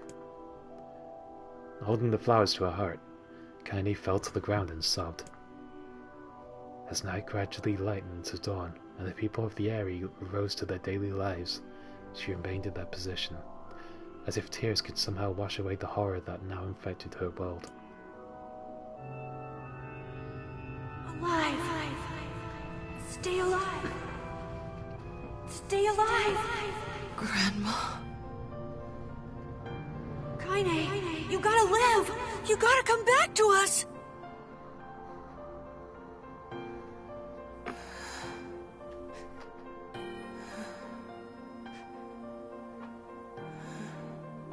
Oh, hey.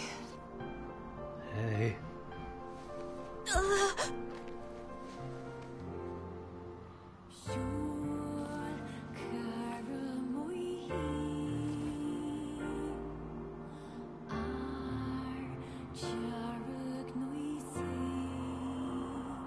Emil, you were the one calling me, weren't you? You still recognize me?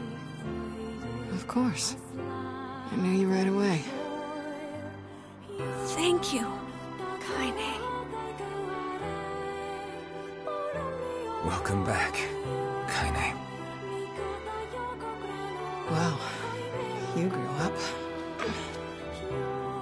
So, how long has it been? 5 years.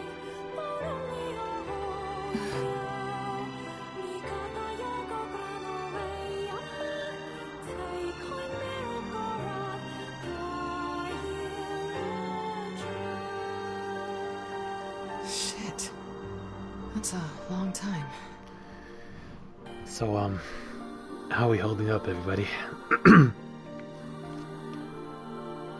Wow. That story was explosive. That was really dark.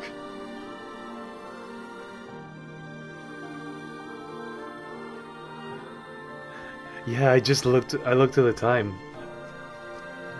I think we've been reading for like a solid an hour, 20 minutes. God, what a messed up story. That was wild. Wow, I don't know what to say. Any luck with Yona?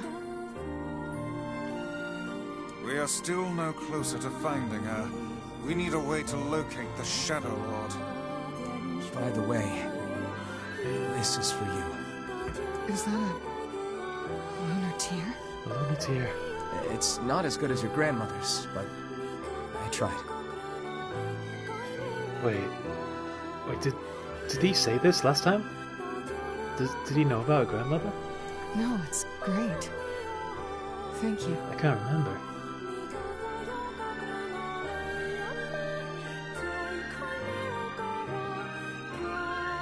I think it did happen. Kaine waking from a long, petrified sleep.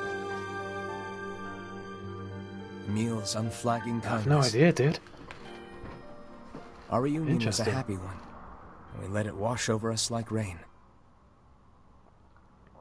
That is, until Devila and Popola had to go and ruin it all.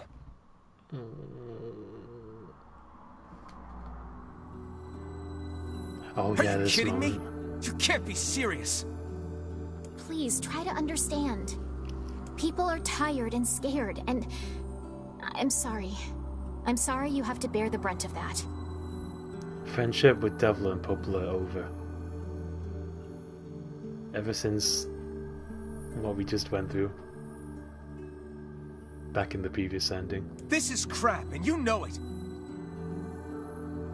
It's okay. Friendship over. We can sleep outside. They're both icky. No good. No one's sleeping outside. You and Kaine saved this village, and now they want to run you out? People are afraid of us. And really, I understand. I mean, look at me. As long as you're still with us, I can deal with it. Right, Kaine? I'm used to sleeping outside. But... We'll see you later. Sorry about this.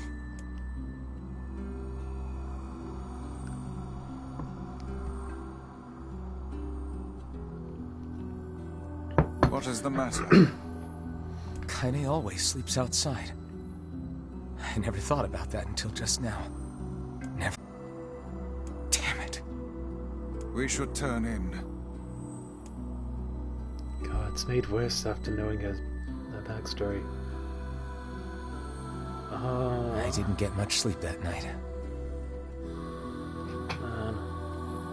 For the first time in my life, I hated Devila.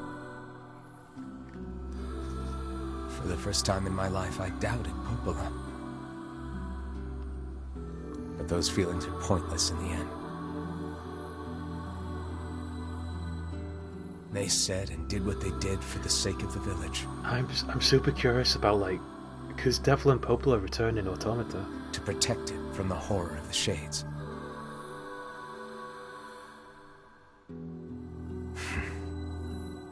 Or with those, they're androids. Really, how can I blame Devila and Popola?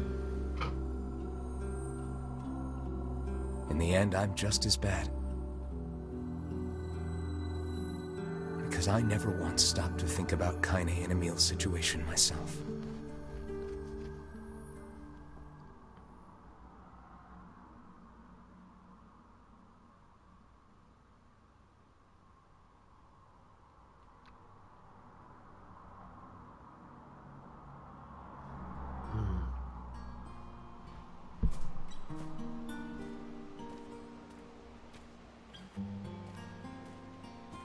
This is new.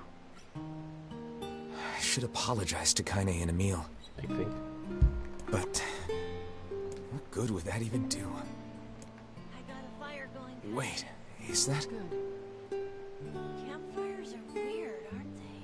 I feel like I could stare at the flames forever. Well, don't get all googly-eyed and catch your clothes on fire. Obviously. It's cute.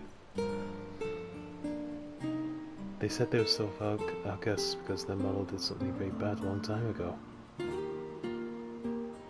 Whoa, really? I don't remember that. Their model did something very bad a long time ago. Oh, that's interesting. I'm so happy to get to talk to you again, Kaine. Yeah, me too. I tried everything I could think of to save you, you know.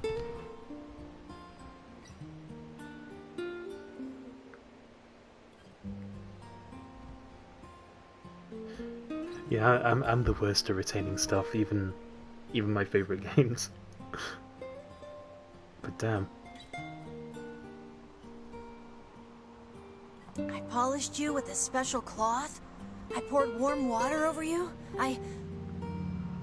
Wait, you poured water on me? Yeah, but it didn't really do much except make you all shiny. Hey, Emil. Thanks for saving me. I guess you noticed how I look different now. I love getting to see these dudes' friendship. I'm sorry, Emil. I'm sorry for all of it. Well, I mean, this new form isn't all bad, you know? At least I can look at you when we talk, right? Hey, so why don't you tell me something about yourself? I'm not very interesting. Sorry. Come on. I just want to know you better. Please? Fine. This all happened when I was a kid. Before the whole shade possession thing. My body is... different. And when the villagers found out about it, they started treating me like a freak. But one person, my grandmother, accepted me just as I was.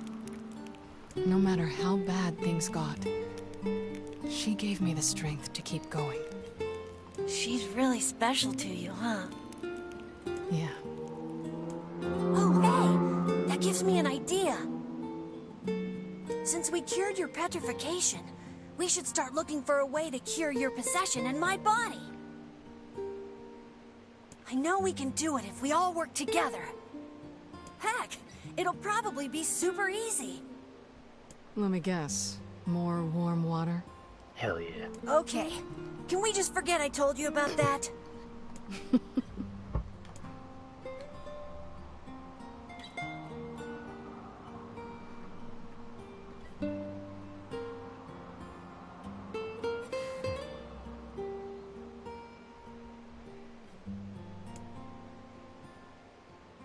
It's funny how Yoko Taro makes like prequels and midquels within the same game. My cough just wouldn't quit today. I bet Barton would have rubbed my back if he was here.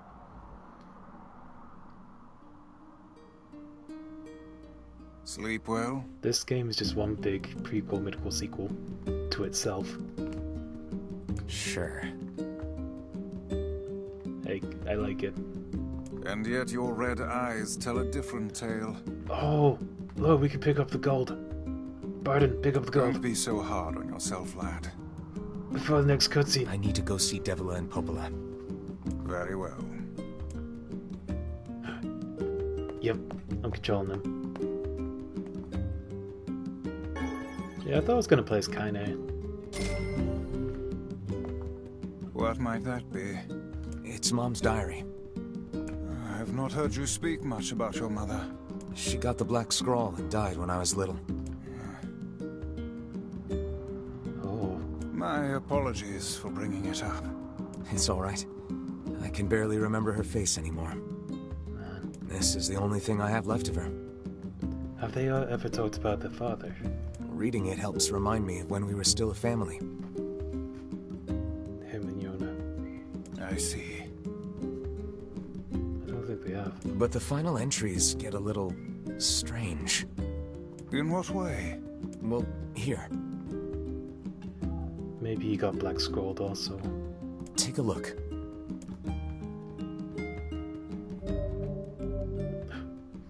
Nice. Saved. Appreciate it, game. It says system data saved. Is that... Did it also save the Say file? there.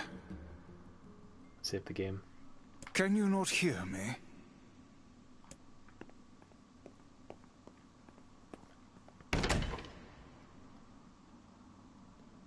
Why are you standing about like a slack-jawed ninny?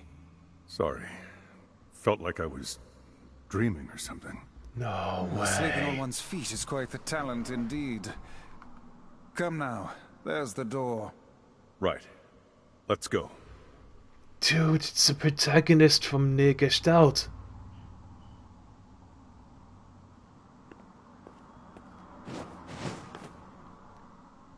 He plays this game with the original English version. He plays this guy in the original English version. I recognize his voice too. No way, we're gonna play as this guy. Yo! That's wild. I don't remember him covering one of his eyes, but...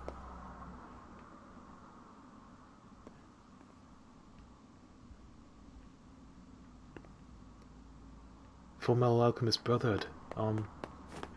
Full Metal Alchemist is one of many things that I've been meaning to watch.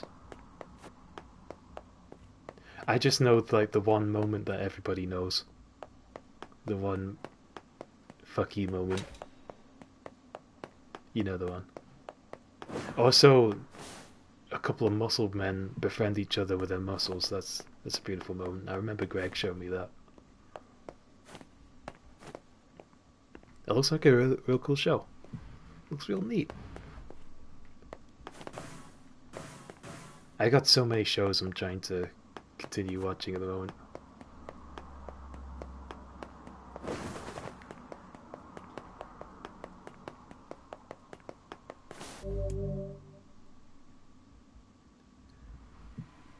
proceed beyond this point, you will be unable to save until the battle is over. Do you want to go through the door?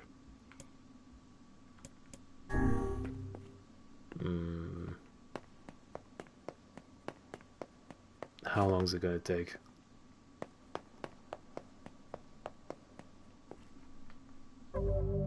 I guess my game's saved right before. What if I go back? I want to make sure I save my game first. It's saving the system data, but you know.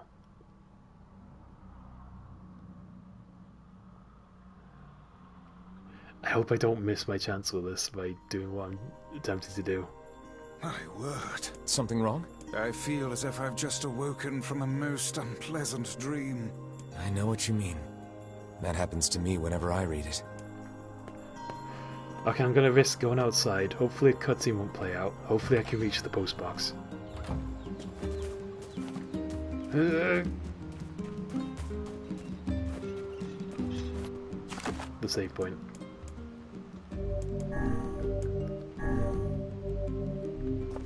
Okay, let's... We're gonna play as the dead. We're gonna be the dead.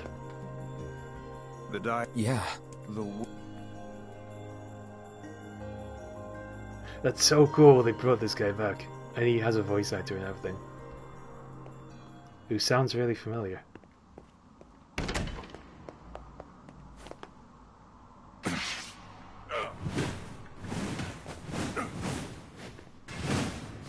Exact same moveset.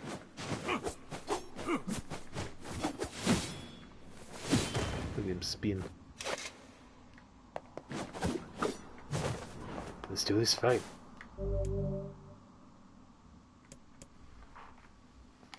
One sec.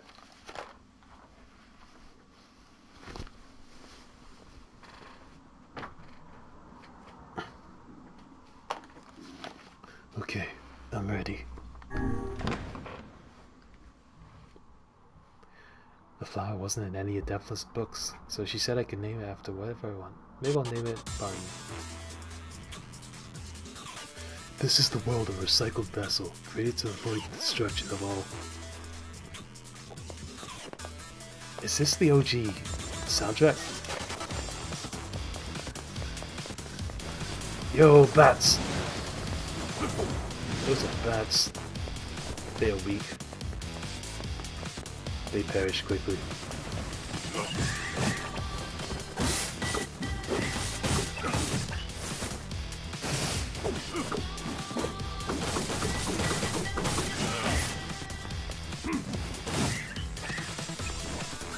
That's really cool of them to include this.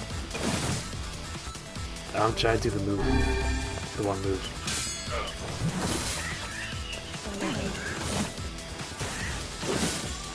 There it is!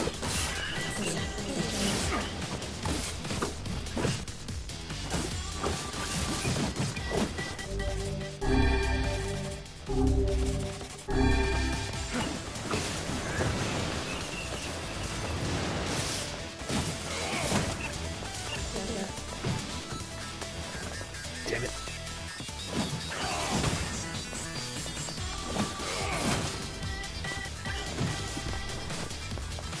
I want to do this, the ground step.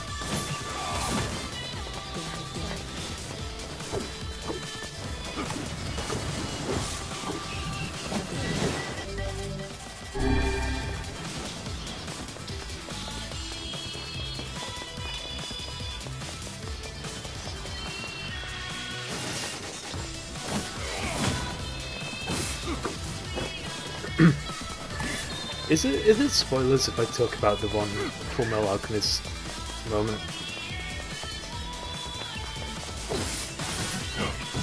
I feel like almost as many people know about that as the big Star Wars twist of the original three. The whole father twist.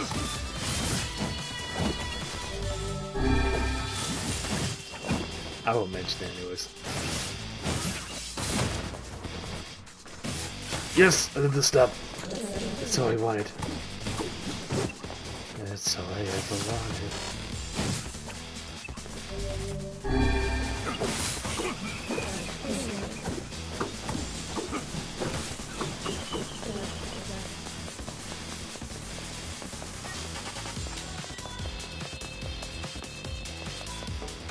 This is like a dope remix.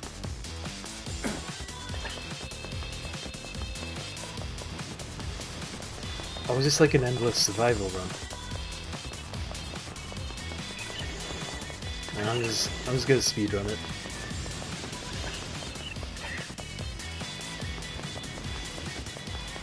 There's an end. Damn it! What do I do? No, they're all here. I didn't want this.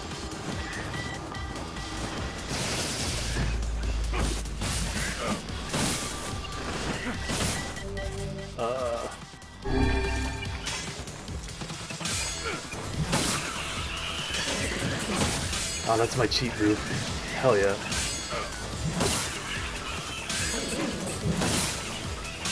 Too easy.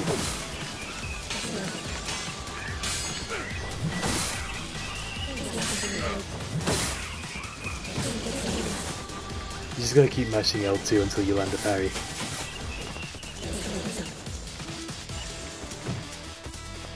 Just like that.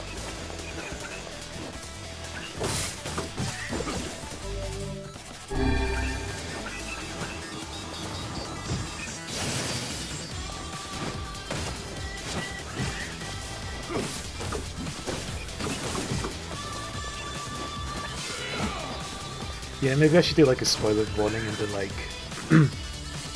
message in chat when I'm done. Kind of thing. So they know when to unmute. I don't know. Cool. We did it. I didn't know I could just fall down. Should try that again. That was a little too anticlimactic. Something I know. Yeah.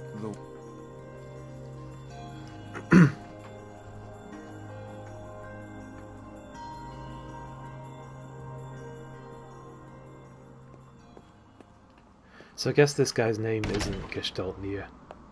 That was the final, because that was the final boss. I want to call him Gestalt though, it kind of suits him. He has Gestalt vibes, you know? You know?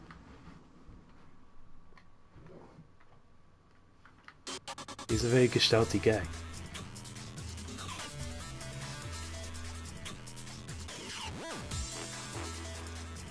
Okay. Can I just... Oh, I can literally just do this.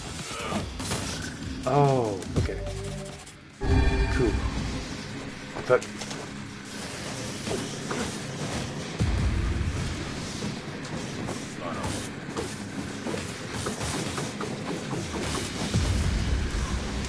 Okay.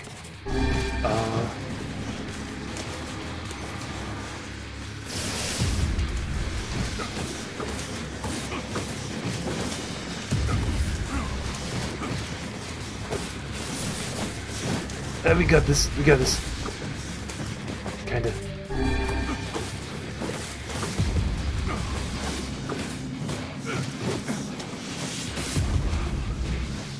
Whoa.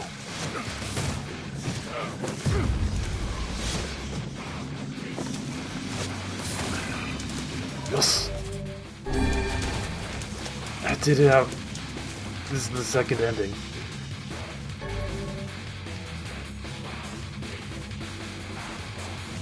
This song reminds me of something from Final Fantasy X.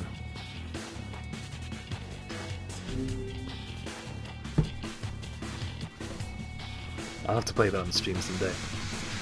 That's something I was considering. I was going to go through the entire Final Fantasy. Fantasies. The Black Scroll, a Lost Entity, a White Book, a False Truth. It's not over yet.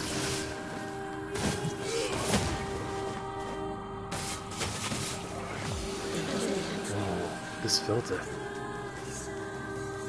This is actually really cool. Feels kind of comic booky.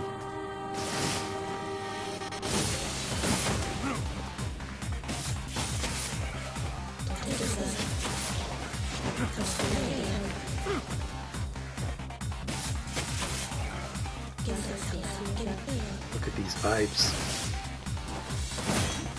Have you seen these vibes? Do you feel them?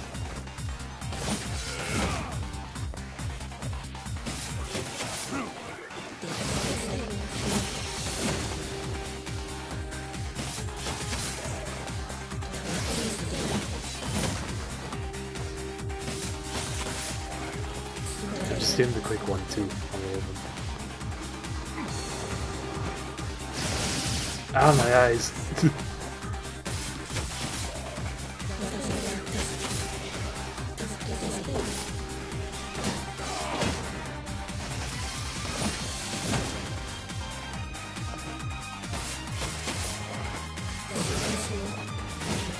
I think I might search YouTube for like the original cutscenes from the Gestalt.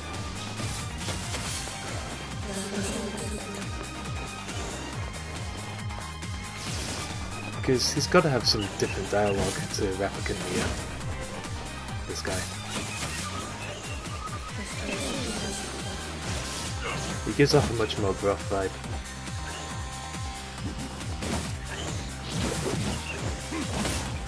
I can imagine him talking more like Kaine.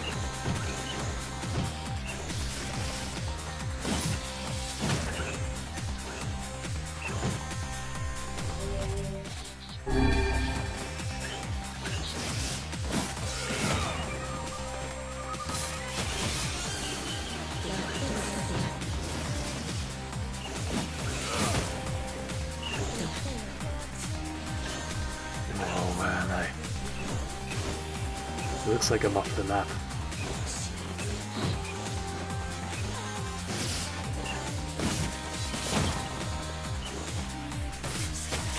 Step, step.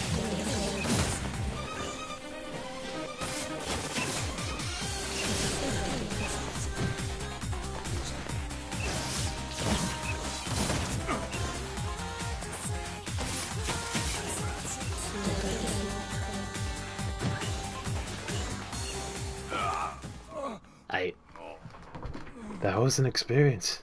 Whoa. I was not expecting. We got some medicinal herbs out of that. Worth.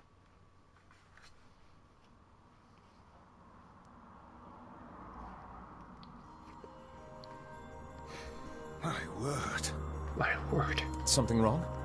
I feel as if I've just awoken from... I know what you mean.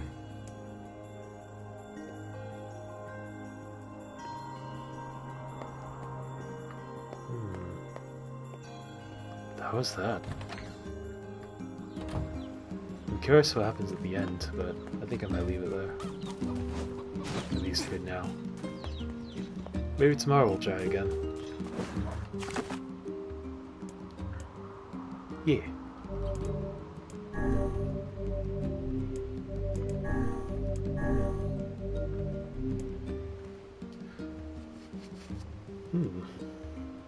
Oh boy.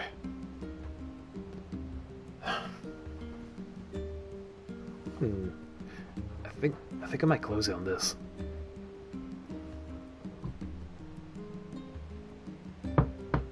This has been awesome though.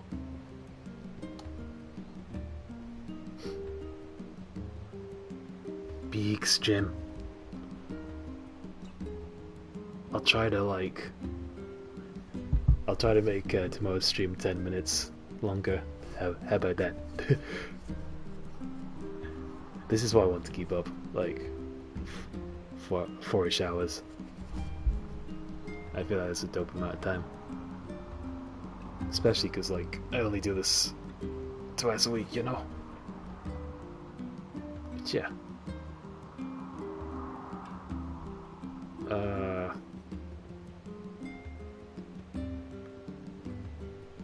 Spyro Fact. Wow, this is a game.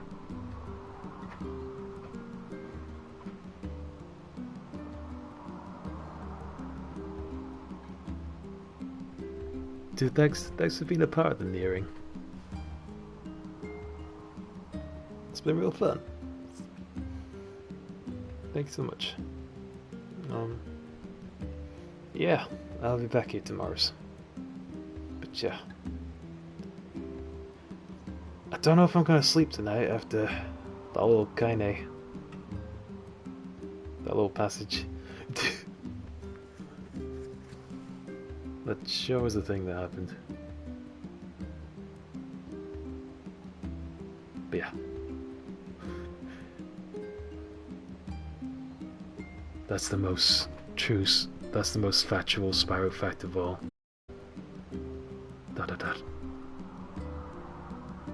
Yeah, gotta call it here. And thanks so much for watching, everybody.